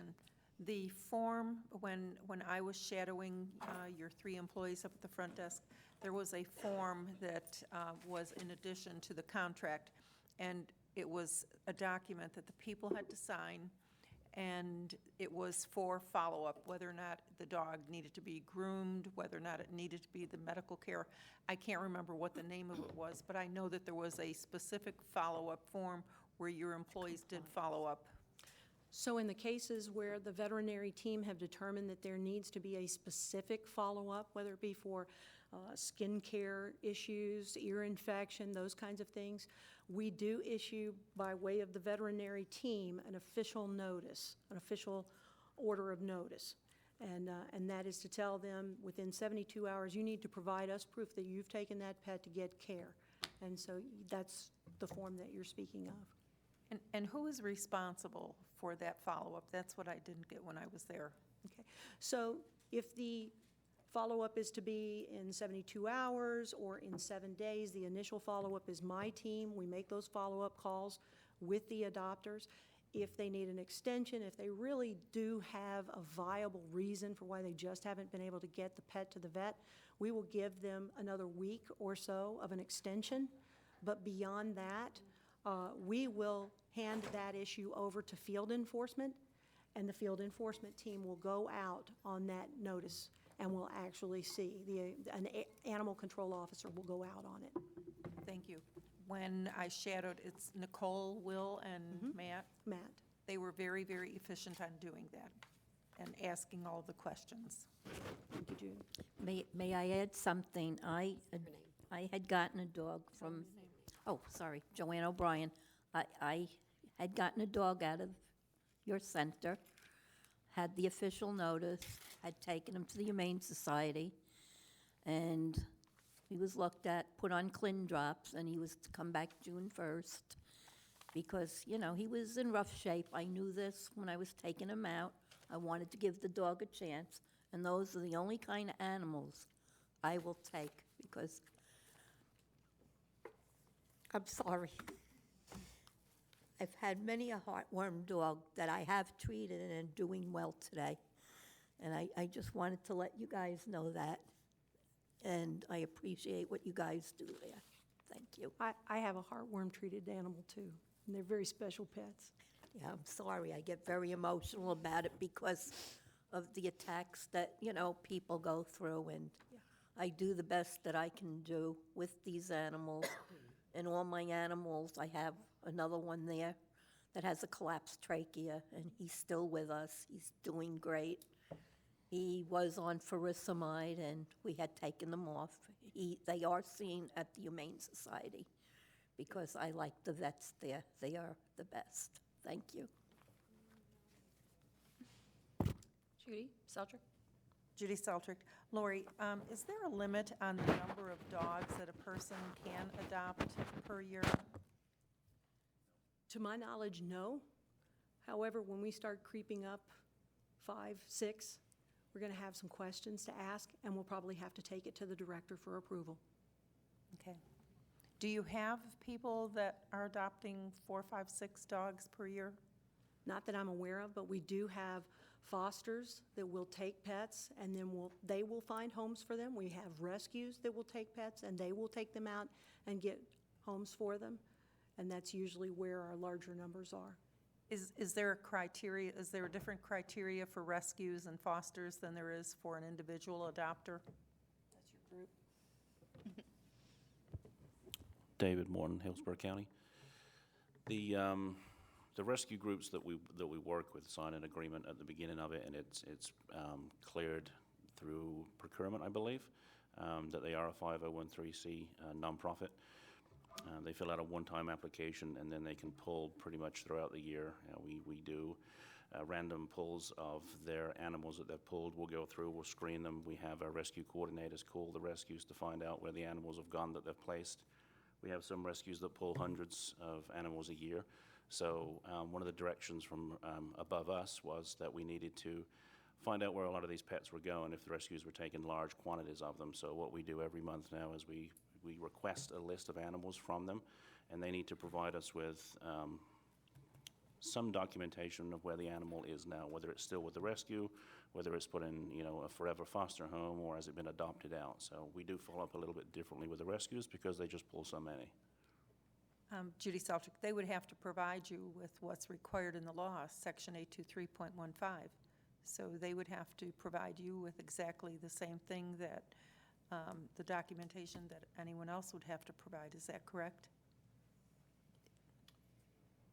I'm not sure what documentation are you? Well, Florida statute 823.15 requires that all rescues provide on a monthly basis when requested the documentation of any of the, excuse me, the intakes, and then on your outcomes, where they go, and what the status of the animals is. So that would be required, and I think that would be a good thing for you to have. For adopters or? Well, no, for rescues, any rescue or any Yeah, shelter. that's what we do with the rescues. Mhm. Yeah. I have a couple of questions. Wendy DePaul. I just want you to know, I think this packet that you're handing out is fantastic. I know we've talked about in the past issues where people need to know where to go when there's a hurricane and how difficult it was for you all to set up the additional shelters and everything. So I think this is great to give them the information on what they need to have when they evacuate and where to go. So I think that's fantastic. But after listening to the presentation from Best Friends, there's a couple of things I think maybe we could add to the packet. Not to say that there's No, anything wrong that's with this. great. This is great. It's great. This is a continual improvement Yeah, process. We because she appreciate had mentioned giving resources in the packet. So if somebody in the middle of the night has a problem, that they can go online. Would you call it Maddie's? Yeah, it's an app. Right, an app. Maybe putting information on those kind of things in here too, for times when the shelter is not open. Also putting information about if you do have an issue, please call us back. Because some people think that I adopted a dog, now I'm on my own.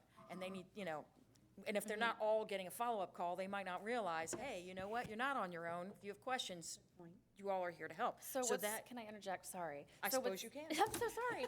So what's cool about the Maddie's app is that to help alleviate some of the work that they have to do, it pushes emails to a doctor's checking in. And then they get all that information too. So that kind of can help. It's kind of like a Band-Aid, but with the follow-up.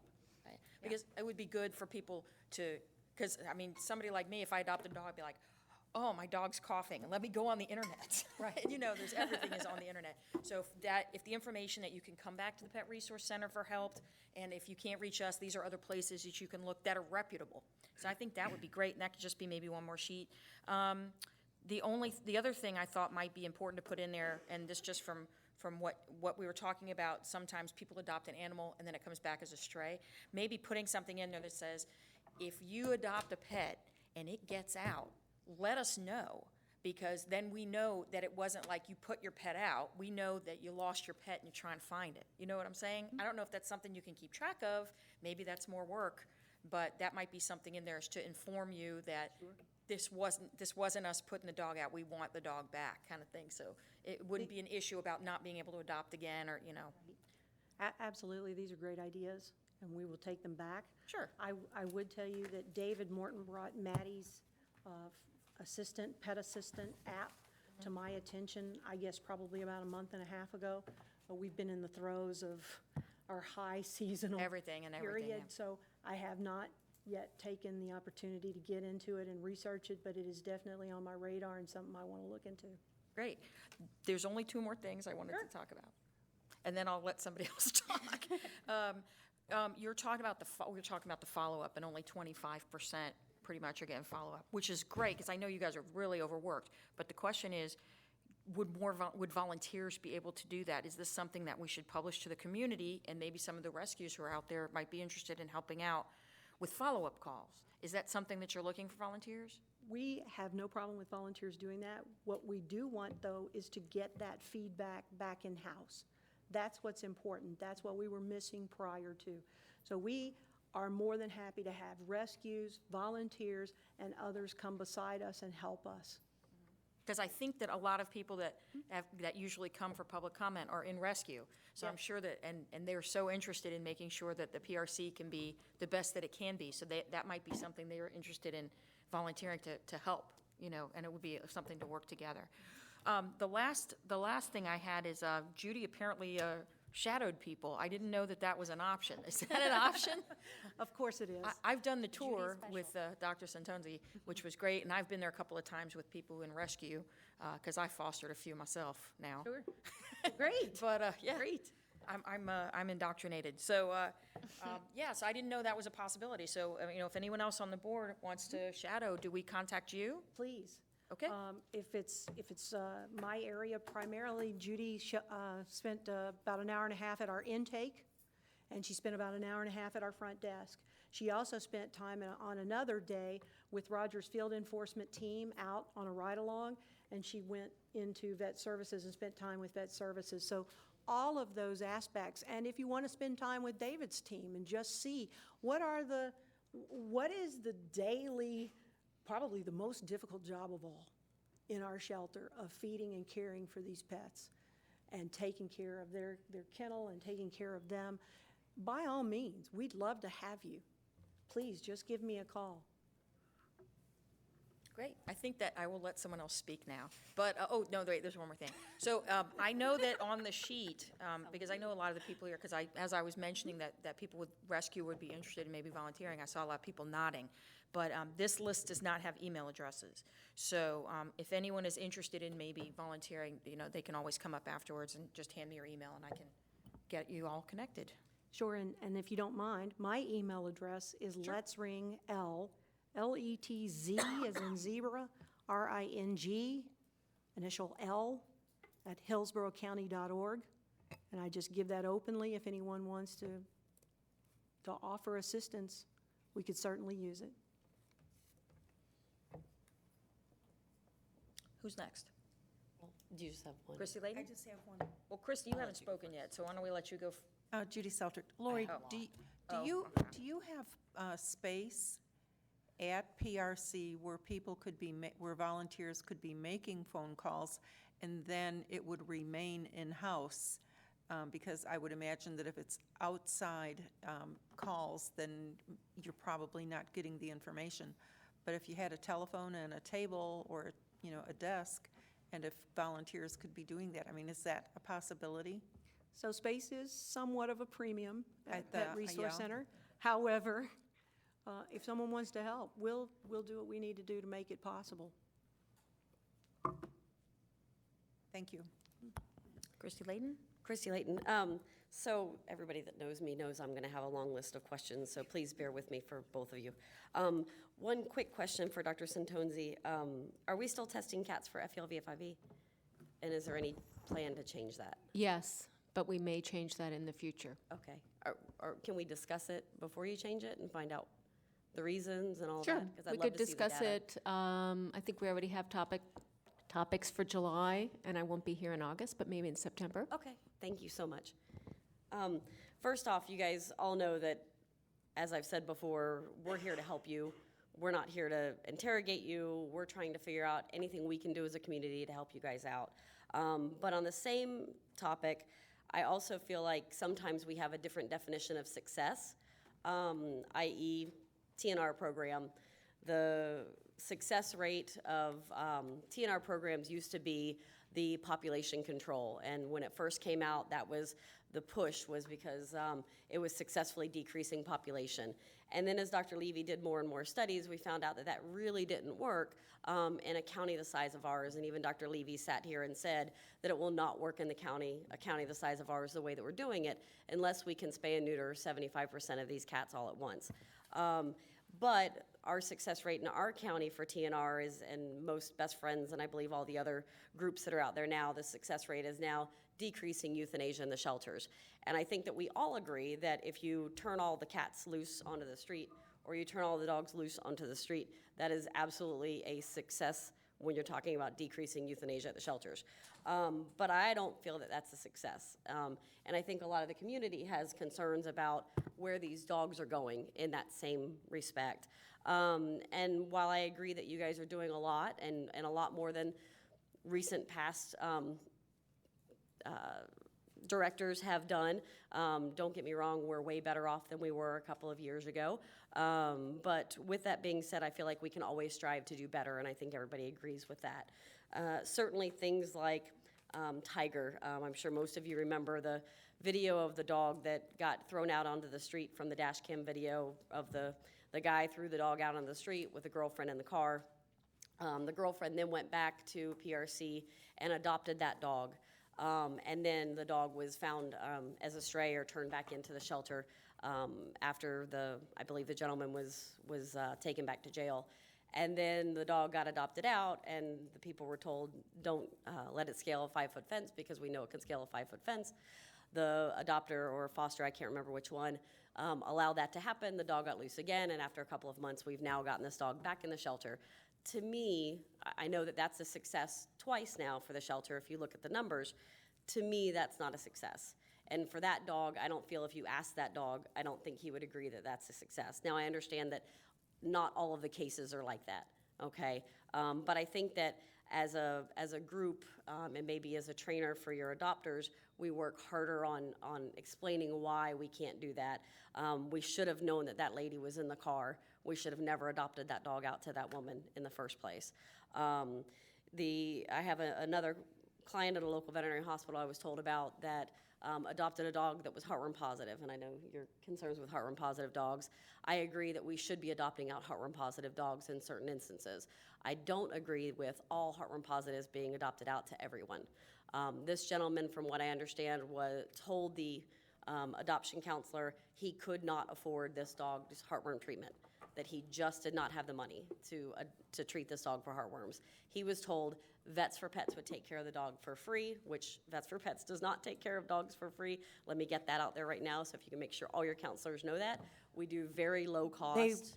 They should not say that at all, and I don't believe that they say that. But if that's what was reported to you, I will go back to my team. But we do not offer any promises of any services for And free anywhere. I'm happy to get you the dog's number too, if that'll help you to figure out Yes, who it that would. was. That'd be It great. would. Thank you, Christie.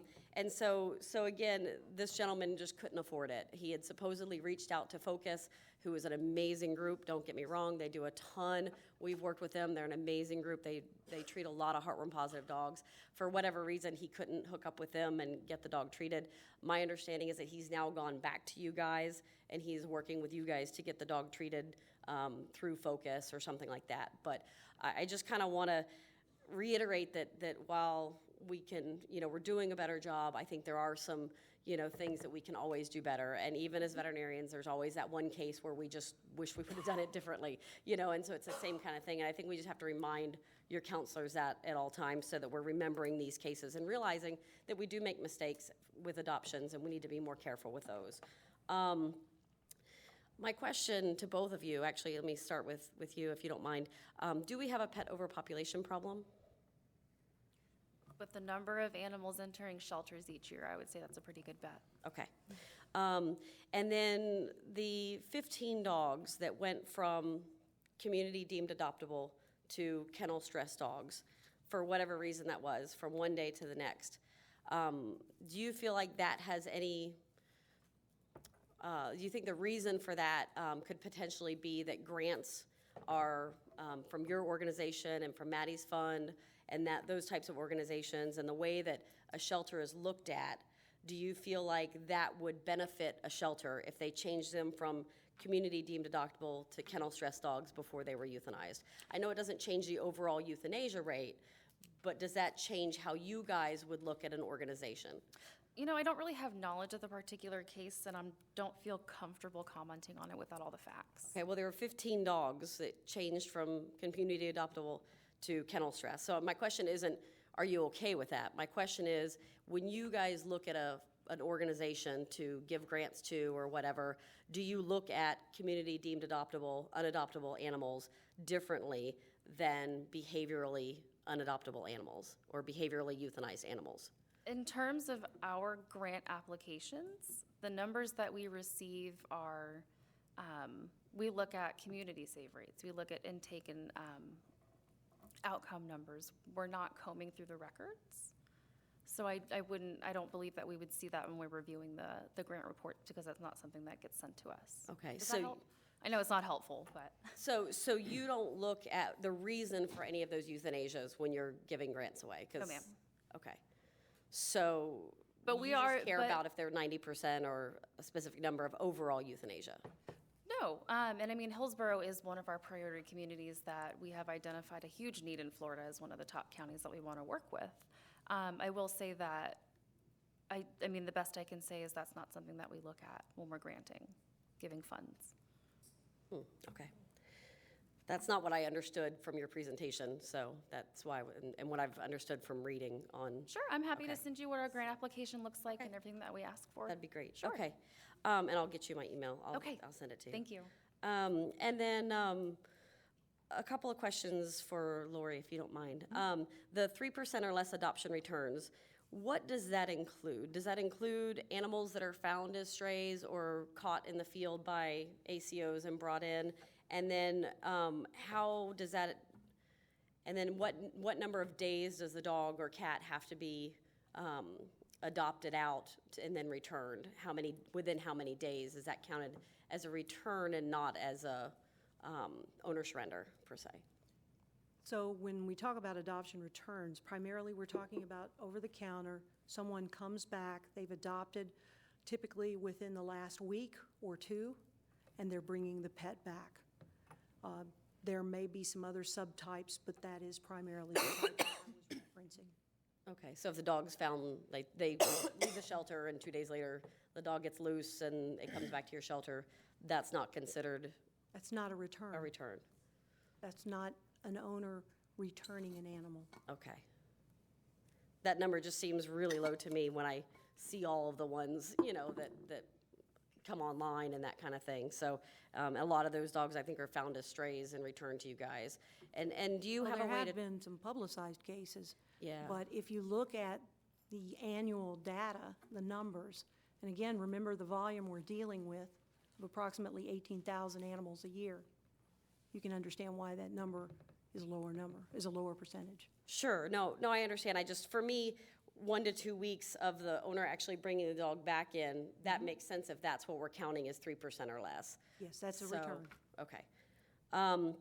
And then when you talked about your adoption process, you mentioned checking their driver's license for cruelty, things like that on the do not adopt list, those types of things.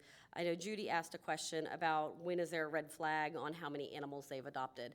Obviously, I'm not talking about the rescues or the fosters because those are a completely separate deal, but a individual person that comes in to adopt an animal.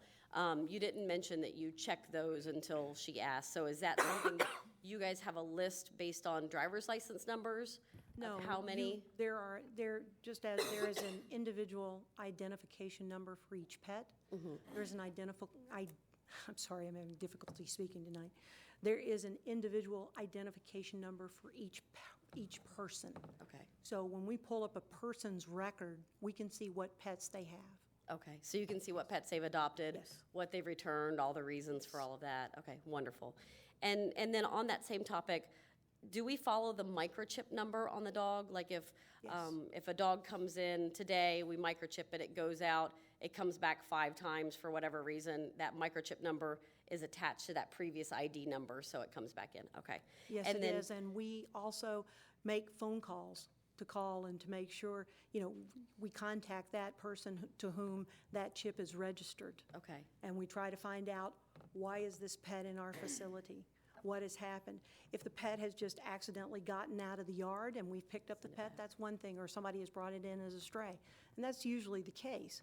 But if it's not, we're going to ask the pet owner, what's the current situation with the pet? Okay. And see what they say, and then Exactly. at that point, that would go into their Discussion. record, correct? Absolutely. Okay, fabulous. And then the 72 hours to a vet, on your slideshow, you said they must take to a veterinarian within 72 hours, but then on the adoption form, it says that you recommend them taking. So which one is it? We can't enforce it. Okay, so that's not enforceable. So perhaps I used the wrong language in my slide presentation. I apologize. That's all right. I'm just trying to But clarify it. Well, I understand, but you're asking me a question about whether it's must or whether it's Right. recommend. And so what is on the form is the correct, it's recommend. But we do try to strongly encourage that they take the pet to a veterinarian within 72 hours. It's the best thing for the pet. Right, so that's separate from a requirement to see a veterinarian Correct. when they have that 72-hour requirement to see a veterinarian. Correct. Okay, very good. And the only other thing I have is I'd like to request if you could reach out to the PAIRS program and maybe see if we can get that going again. Because I think a lot of us have discussed tonight the concerns with follow-up calls and things like that. And obviously, I agree with you that you have to get that information back or it does no good to you. Exactly. And so maybe if the two of you can work together and make that happen, I think we can go from that 20 to 25% up to As I recall, 50 or I more. think it was last fall, perhaps, maybe it was last spring, we tried several times to have meetings. They fell through, but I am more than happy to meet with the people from the PAIRS Project. Okay, thank you, I really appreciate it. Yes. Thank you both for your time. Judy, do you have something else? Yes. Okay, Judy, go ahead and speak. Yes. A comment, I would like to compliment Virginia and Michelle and your intake. There was a gentleman who found a dog and they microchipped. They called the shelter where they had the animal before. They went over and above on trying to find out where the animal was, so the animal didn't have to come in. Right. And that was really, really great. Now, I have a question. On the adoption requirements, and we're talking about open adoption, do you think there's anything that needs to be more robust on asking questions? And is it legal as a governmental agency to screen? I think a private rescue can probably screen much more than a governmental agency can, but could you recommend anything on your asking questions that you think should be more robust? I'd have to think about that, Judy. Nothing comes to my mind just right at the moment. I will tell you that as part of the screening, as you mentioned, you know, somebody had asked earlier, or somebody had stated in public comment about financial checks and background checks. And, you know, I would tell you that as a government entity, if we were to do financial checks and background checks, I'm not a lawyer, and I don't specialize in public records law, but there is the potential that that could be open for public records, and that we would have to provide that upon request. I think that looking at some of the public comments and knowing that you are a public entity, that there are limitations on what you can do. Right, obviously, a private rescue can do those background checks, and, you know, they don't have to turn them over. We do. We probably would. I would have to consult with Deborah Cromartie-Mincy, who you know is our county attorney, but there is the likelihood of that. Not to mention the fact that there would be a great deal of time and effort that would have to go into that. We'd need resources. Yes, I could just see open lawsuits. Well, and it would take longer, obviously, to have an adoption process. Longer adoption process means potentially fewer animals getting adopted. I have another question. When I was shadowing at the veterinary department, I saw that Dr. Santosi told me that they did evaluate the dogs. Do we have a animal behaviorist or a dog trainer that goes further on evaluating the dogs? The position that we were originally looking to fill, the funding was cut for that, and it was taken away. So no, we don't have any behaviorists on staff. Okay. And I did have a question about the dog trainer ordinance, but Roger did answer that for me. And the only comment that I have is that people will call me, and I'm not employed by you all. So I can't answer questions unless you want to pay me. I think the funding's been cut for that. But I don't know if we could afford you, Judy. But maybe it would be a good idea to post something somewhere so that these people who don't know where to go, that it could be something that could be much easier for them to get their background checks. I've had several calls about that today. And that's what my questions were. Oh, no, I have another one. You sound like me. Yes, but I don't talk as much as you do, though. I think this is a great idea, and I think that this should be given to every single one of the rescues that takes a dog out, and I think this should be given to the general public, too. I mean, this is a great idea for hurricane season. We do hand those out at public events. Be happy to provide them to anybody who asks. One of the best things about the bag, obviously, is that it's heavy duty and that it's waterproof. It's a Ziploc bag so that you can keep your documents waterproof. Terrific. Cool. Mine and Morgan, have we already had those tax credit days for hurricane supplies? They've passed, haven't they? Yeah. Maybe we could shoot for next year. I mean, a lot of people are going to be going, you know, the places, Lowe's, Home Depot. Sure. I know one member of the board who would be willing to go, you know, work a few days and just be at those to, you know, ask them if they need that if they're buying their flashlights and stuff. Fabulous, thank you. So yes, great idea. We might want to hit that date next year with a bunch of them and volunteers, and I don't mind putting it together if I probably know less than a lot of people because I don't do repairs and I can't, you know, I don't board up my windows. I just cross my fingers, but you know, I know people go buy water. I know the grocery stores run out of water, so we could go sit outside grocery stores. We could be at Home Depot and Lowe's, the neighborhood hardware store if we knew where it was. Thank you for the offer. We'd be happy to work on that. Thank you. Yeah. Yes. And I could drive them to, you know, rescues or you know, the rescues that are doing adoptions. That might cause us a problem because I understand last year if we had had a real hurricane, we would have needed 8 shelters that took dogs, and we had 4. Yes. Well, actually, we went from the original 4 shelters that opened up, and those have been the 4, so we're probably going to have to redo the bag, obviously. But it all depends on when the Emergency Operations Center calls that evacuation or that voluntary evacuation. Last year, we had to open, I believe, Team 11 shelters once it was all done. We went from 4 to 8 and then 3 more, so I believe it was We 11 have a overall. governor who's running now for the Senate, so I would imagine they'll be declared very early this year.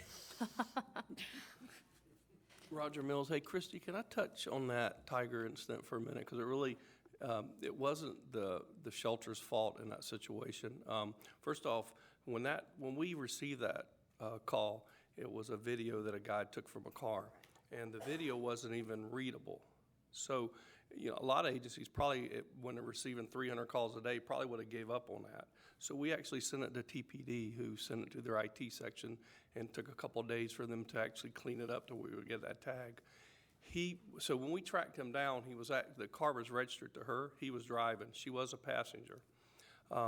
So we seized the dog from him, and we won it in court, and we adjoined him. We filed charges on him and her for her being there and allowing the car. The court would not file charges on her. They did not process that. So the investigator decided not to put her down as for do not adopt based on that. It was a wrong decision. She should have touched base with her supervisor. So I have created a form now where they have to check off all the options. There's like 50 options they can take on this thing. So, you know, instead of having to read a report and evaluate this whole thing, they go through and check that where at least the supervisor now can look at that. Because mind you, we're handling 100 and something calls a day, you know, and they're trying to read and verify everything's good. So something to try to expedite that. So anyway, she didn't check that off. Should have been checked off. I would, because that do not adopt isn't a court order. That's us. And so she didn't check that, and it should have been. So, you know, obviously, how we found out the dog wasn't loose again, TPD he got out of jail and he went back to arrest him again for something, and they called us to come get the dog because there was a dog there again. We get out and, oh my God, it's Tiger. So, you know, we bring Tiger back. We found out that she took him there. So we did get her adjoined, although they refused to prosecute her again, but we did adjoin her that time. So it's been a lengthy process, and I believe Tiger's still with us. I believe so. You know, and I thought he'd been a good dog to adopt because he was pretty friendly. I know he is a fence climber, but he's still with us. So I don't know what's going to happen. You know, so that's been quite a long time now. Thank you for that clarification, Roger. Yeah, I mean, Clearly, had we had that information in her name, that would not have been an adoption that took yeah, she had a different address and We everything. simply did not have the information. So that was, the ball was dropped by the investigator? It was, yes, yeah. I didn't know where in that team issue it was, okay. Yeah, and you know. Because I knew they knew she was in the car with us. Yeah. And she based it on the fact the court wouldn't prosecute her. She's like, well, you know, I'm not allowing her to adopt because she didn't have nothing to do with it. The court said she didn't have nothing to do with it. And I said, yeah, you know what, she's still there. So, you know, we can, so I said, hey, if you're not sure from now on, you talk to your supervisor because we can put that on them. It's not court ordered like an adjournment. So we can base that on, we can always pull it off if it's wrong. You know, if somebody comes in and complains and we evaluate it, we can always pull it off.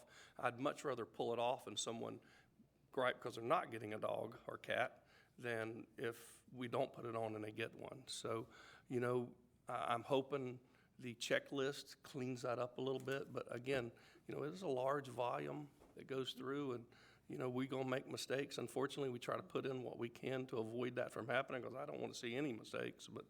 But that was, you know, an issue where she didn't check that off. And she had a different address, so when they put her in, it didn't come up with, because they could have seen that maybe, you know. So it's a unique situation, unfortunately.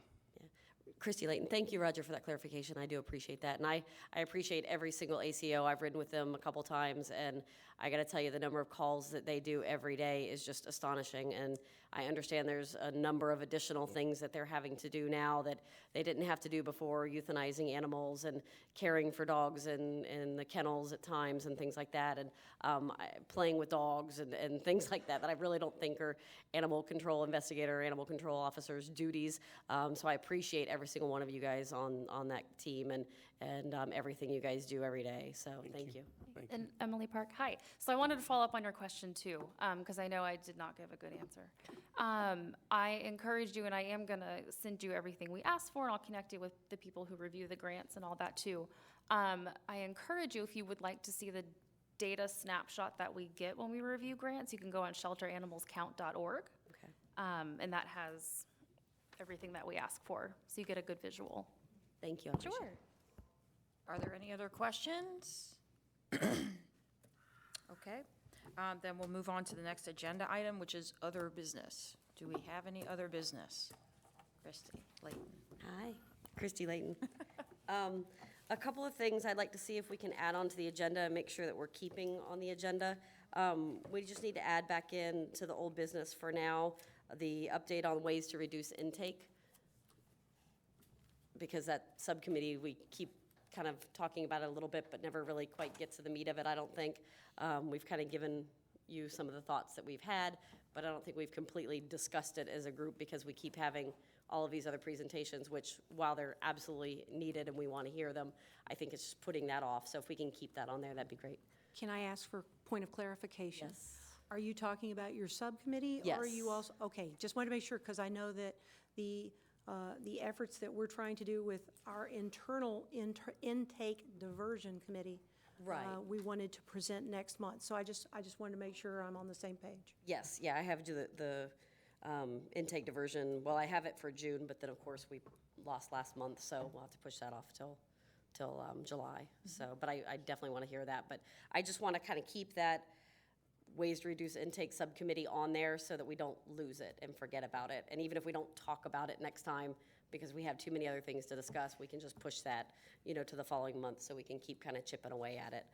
Oh, sorry. Ask for clarification because I'm responsible for the agenda.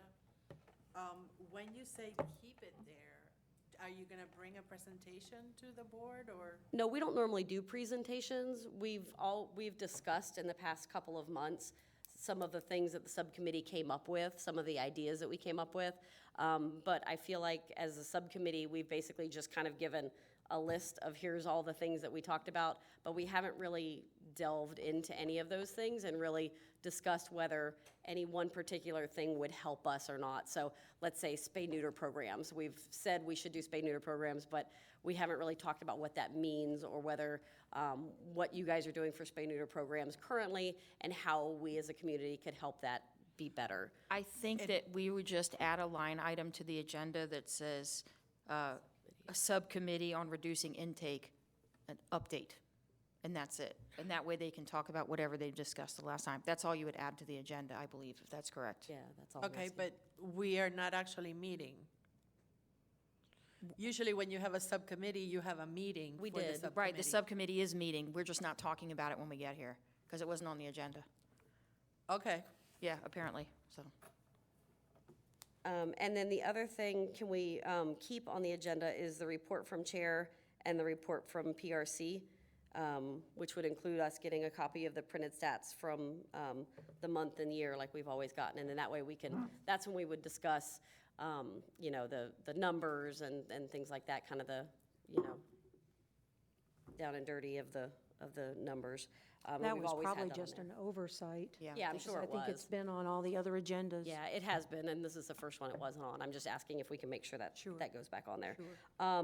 And then my only other thing I wanted to talk about tonight, make sure that the county knows or all the community knows, is that we have just recently had our 6th confirmed rabies case in our county, our 2nd positive rabies cat in Plant City so far this year. You guys all know how I feel about TNR. We're not going to discuss that tonight. We're going to discuss this rabies concern. And I just want to make sure that everybody's aware of that in our community and make sure that everybody understands that if they have an indoor or outdoor dog or cat, that if that animal is medically cleared to be vaccinated for rabies, it really should be vaccinated for rabies, and that rabies vaccine needs to be boosted and needs to be kept up to date. So I just want to make sure the community understands that. And if you have an outdoor cat that you're taking care of, please make sure that that cat has had that vaccine within the past year or 3 years, depending on which vaccine it had. And if it has not, please booster it, because we know that outdoor cats eat with raccoons, and we know that the raccoons are the leading wildlife rabies vector, and those two things don't mix. And so I just wanted to kind of reach out to the community and let them know that that is a concern recently, and Plant City is back under a watch for the next 60 days. And then my other question to PRC, and I don't know who this would go to, is in the second to the last rabies case, so the one 2 weeks ago, there was a cat that was brought in that was neurologic to a local veterinary hospital. That cat was euthanized, known to be obviously neurologic. I was told that they didn't even look at the cat, they didn't even take it out of the carrier, it was that bad.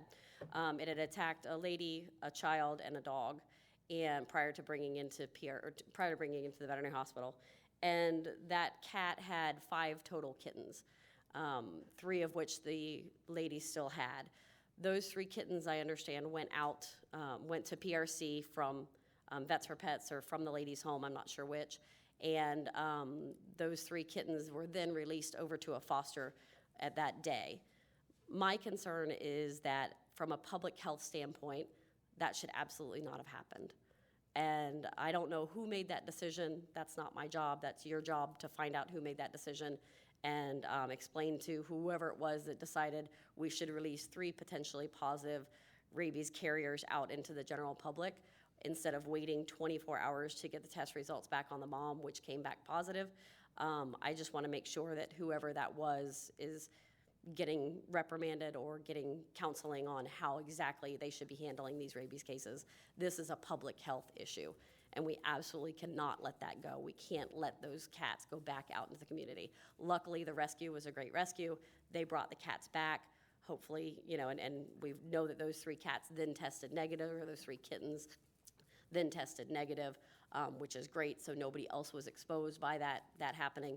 But it absolutely could have been a really bad case for the county had one of those 3 kittens had rabies at that time and potentially exposed other people. So I just want to make sure that that's being taken care of on your end. And again, I don't know who that goes to. I believe the kittens were examined by the vet team before they went out to foster. I wasn't there that day, so I can't say for sure.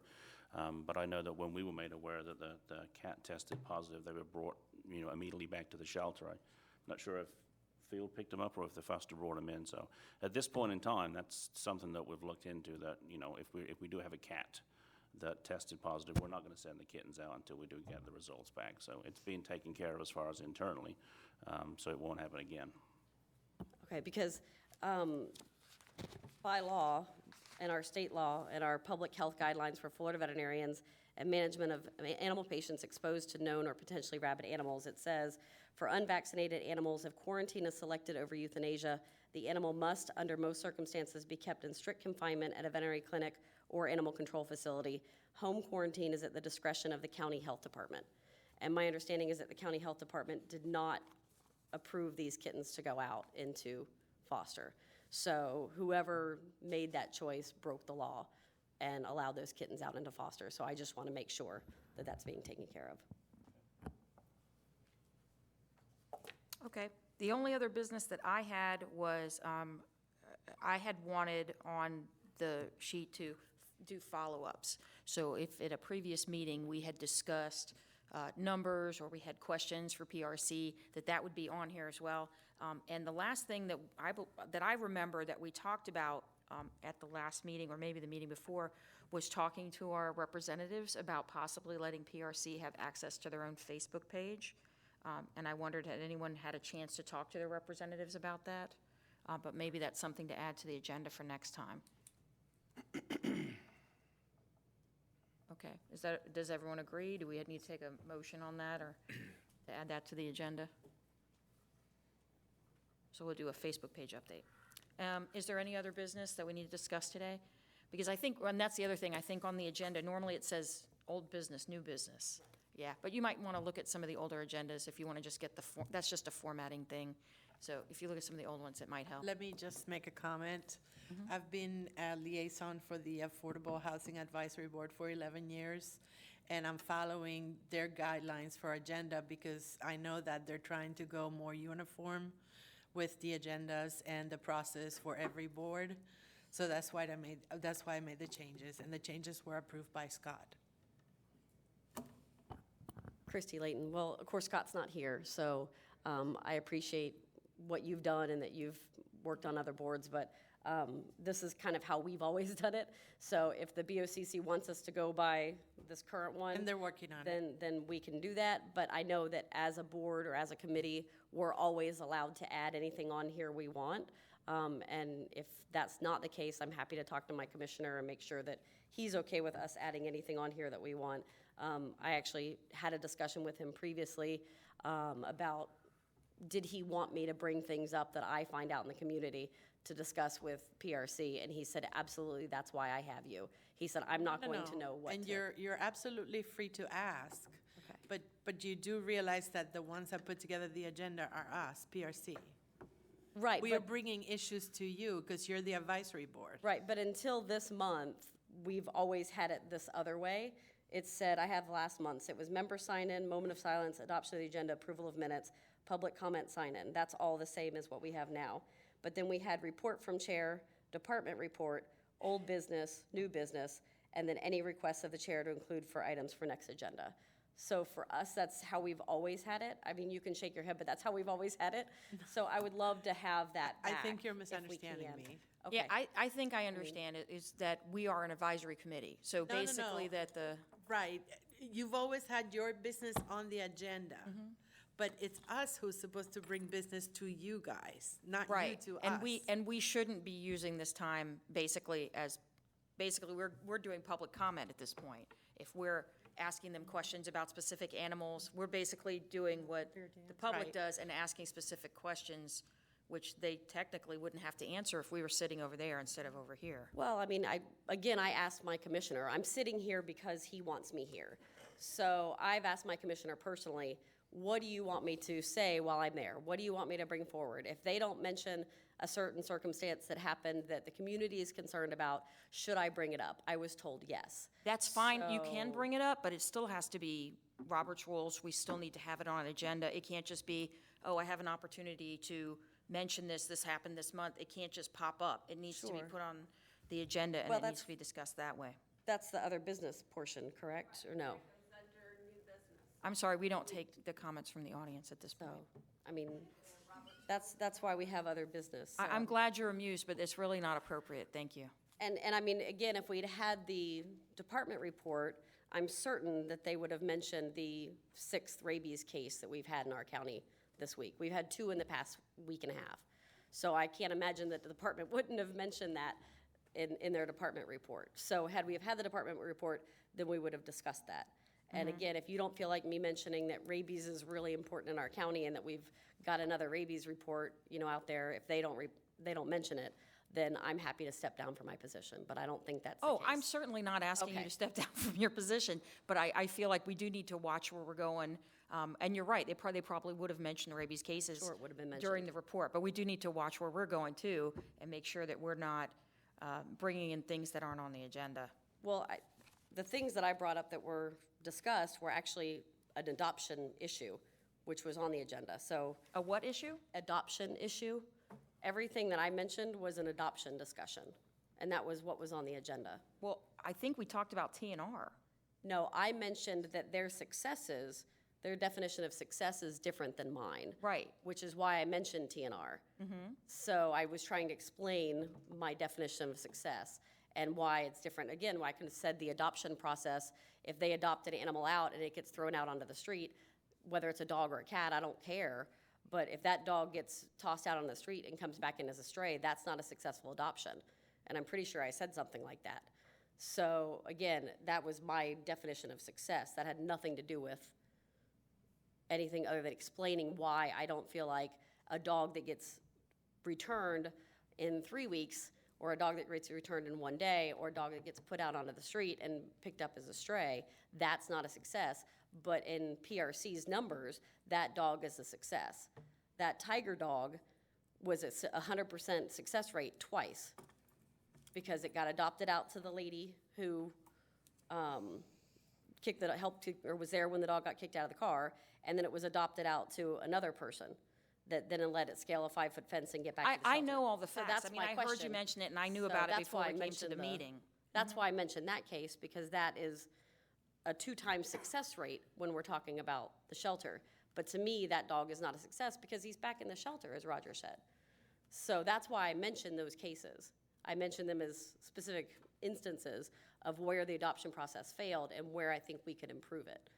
So I'm sorry if you didn't get, if I didn't do a good enough job putting those two things together. It but- almost seemed a little bit like an attack. That's really kind of my take on it. Because we're Well, I'm- pointing out whether you did this wrong, you did that wrong. And that's not really, I don't think, our job. Well, I do have a Job is concern to because. advise them based on what questions they have to get our advice on, not for us to just give them unsolicited advice. No, but my concern is that this dog now, when my commissioner looks at the save rate numbers, okay, this dog who is sitting in the shelter right now has a live release rate twice. But with the shelter. PRC had to touch that dog twice, so why wouldn't that be in there twice? Because, so it's actually benefiting PRC to allow dogs to rotate through the door? Of course it's I not, mean- and I don't think the PRC is intentionally adopting dogs to people that they know are going to I give the didn't dog say back. that. I But- said that we need to make sure that and I believe I said that the adoption process is way better than it was, but that I feel like we can always improve. And I even said that there's cases where I feel like I could have improved on a certain case. Same with them. I feel like they can look at these people, the heartworm positive dog. I'll get Lori the number, and she can look and talk to the counselor and say, hey, maybe this dog was or wasn't, explained very well. And maybe it was the way he took it. But, again, I think those types of cases, and that's the only reason I brought those up. The only thing I did not bring up that was tonight that was not in the agenda was the rabies. And again, I say that would have absolutely been discussed in a department report had they have actually had a department report. So that's all I'm asking for is for those reports to be back on there so that we can get that department report the next time, so I don't have to bring up rabies in other business. Yeah, well, I think we can all contact our representatives and see what the thing is about the agenda. And I certainly don't want you to think that I don't value your opinion. I think you're an important part of this board, and I would never ask you to leave. I mean, we all have our own opinions, and we're not going to agree on everything, obviously. Absolutely not. Or we wouldn't be here. But, yeah, I certainly don't want you to think that I was saying that your opinion was not important or... So I guess my question is, do I need to talk to my commissioner about having these things added on here, or? I think maybe we are we do, able because it to- sounds like there's a disconnect between PRC and... You're still not understanding. The adoption presentation came about today because at the March meeting, Ms. Tomkowski requested a presentation on adoption. Right? So you guys are suggesting items for us to put on the agenda. We're making the presentation to keep you informed and for you to give us feedback on those issues. It's not like we're making up items here. I don't think anyone said that we thought that you were Okay. making up. I think we wanted to hear the presentation, and we all enjoyed and were informed by the presentation. Right, but it's not like you need to contact anyone to get any item on the agenda. If you want something on the agenda, all you have to do is tell us during other business. Right, but we just did, and then you told us that the reason you did it that way is because you were told that we were doing it wrong. Okay. Did I not understand it correctly? Oh, gosh. Okay, she brought up the old business, the new business. Right. The department report. Okay, all of those were taken off the agenda to make room for presentations. Oh, you're saying it was a one-time Right, thing? Okay, there's we did one not item, one understand. line item at the bottom of the agenda that says other business. That's where you request what you want to be brought to you. Right, but we didn't understand that the reason the agenda was different this particular meeting was because Well, of the because presentations. the first meeting that I came over here, frankly, was all spent on old business, new business, other business, next week's business, and really, the presentation was very short. Right, because we were supposed to have presentations last month, and then they got postponed because I think there They was got a scheduling postponed conflict. because Ms. Tomkowski, who was the one that requested the presentation, was not able to attend last month's meeting. Okay, I think we're all on the same page now. Are we all on the same page? Basically, this was a one-time thing, and next time, we're gonna have Right. the regular, And okay. next month, you already requested a presentation on diversion, which is basically what Dr. Layton wants. Right, because we're gonna talk about the subcommittee and their findings. And the subcommittee and ways of reducing intake. Yes. And that's why we're bringing our diversion program to you next month. No, I believe we're talking about two things. Yes. I believe Ms. Layton, Dr. Layton, excuse me, would like to talk about their subcommittee. And then we have an internal intake diversion I know committee. that. Okay. I know So that. I think that's what we're talking. We're talking about two presentations, if I'm understanding correctly. That's my understanding, is that your subcommittees will give a talk about their, it's an update from your committee. Christy We need to Layton. have a meeting then, Well, so Christy Layton, so subcommittee meeting. let me just. I'm sorry, step did I back. say that wrong, subcommittee? We are having a presentation on diversion intake if you guys have the time for that, if you'll be ready for that presentation at that time.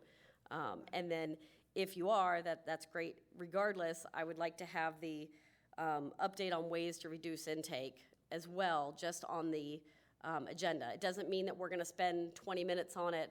It doesn't mean that we're going to have a PowerPoint presentation. It doesn't mean, what it's going to mean is that we're going to talk amongst ourselves as to, okay, these are the things that the subcommittee came up with, and if you'd like, I can go ahead and send those to you again. Not you again because you haven't gotten them, but to you so that you can send those out to the entire group. Right, And so that would be we can look nice. at those again, and we can have those ahead of time. I know we all have them in our past emails, but if your emails look anything like mine, it'll be hard to find. But we'll So look at you those want it again. as a line item, and you are going to have a discussion, not a A presentation? discussion, yes, ma'am, not a presentation, but the presentation on the intake diversion will happen. Okay, thank you so much. Okay. I move we adjourn. I think that's my line. Does anyone else, do we have no other business? All right, do we have a motion to adjourn, I think? Yes. Okay. Christy Layton, second. Okay, all in favor? Aye. Okay, we're adjourned. Thank you very much. Sign-up sheet been found, I still need to sign it.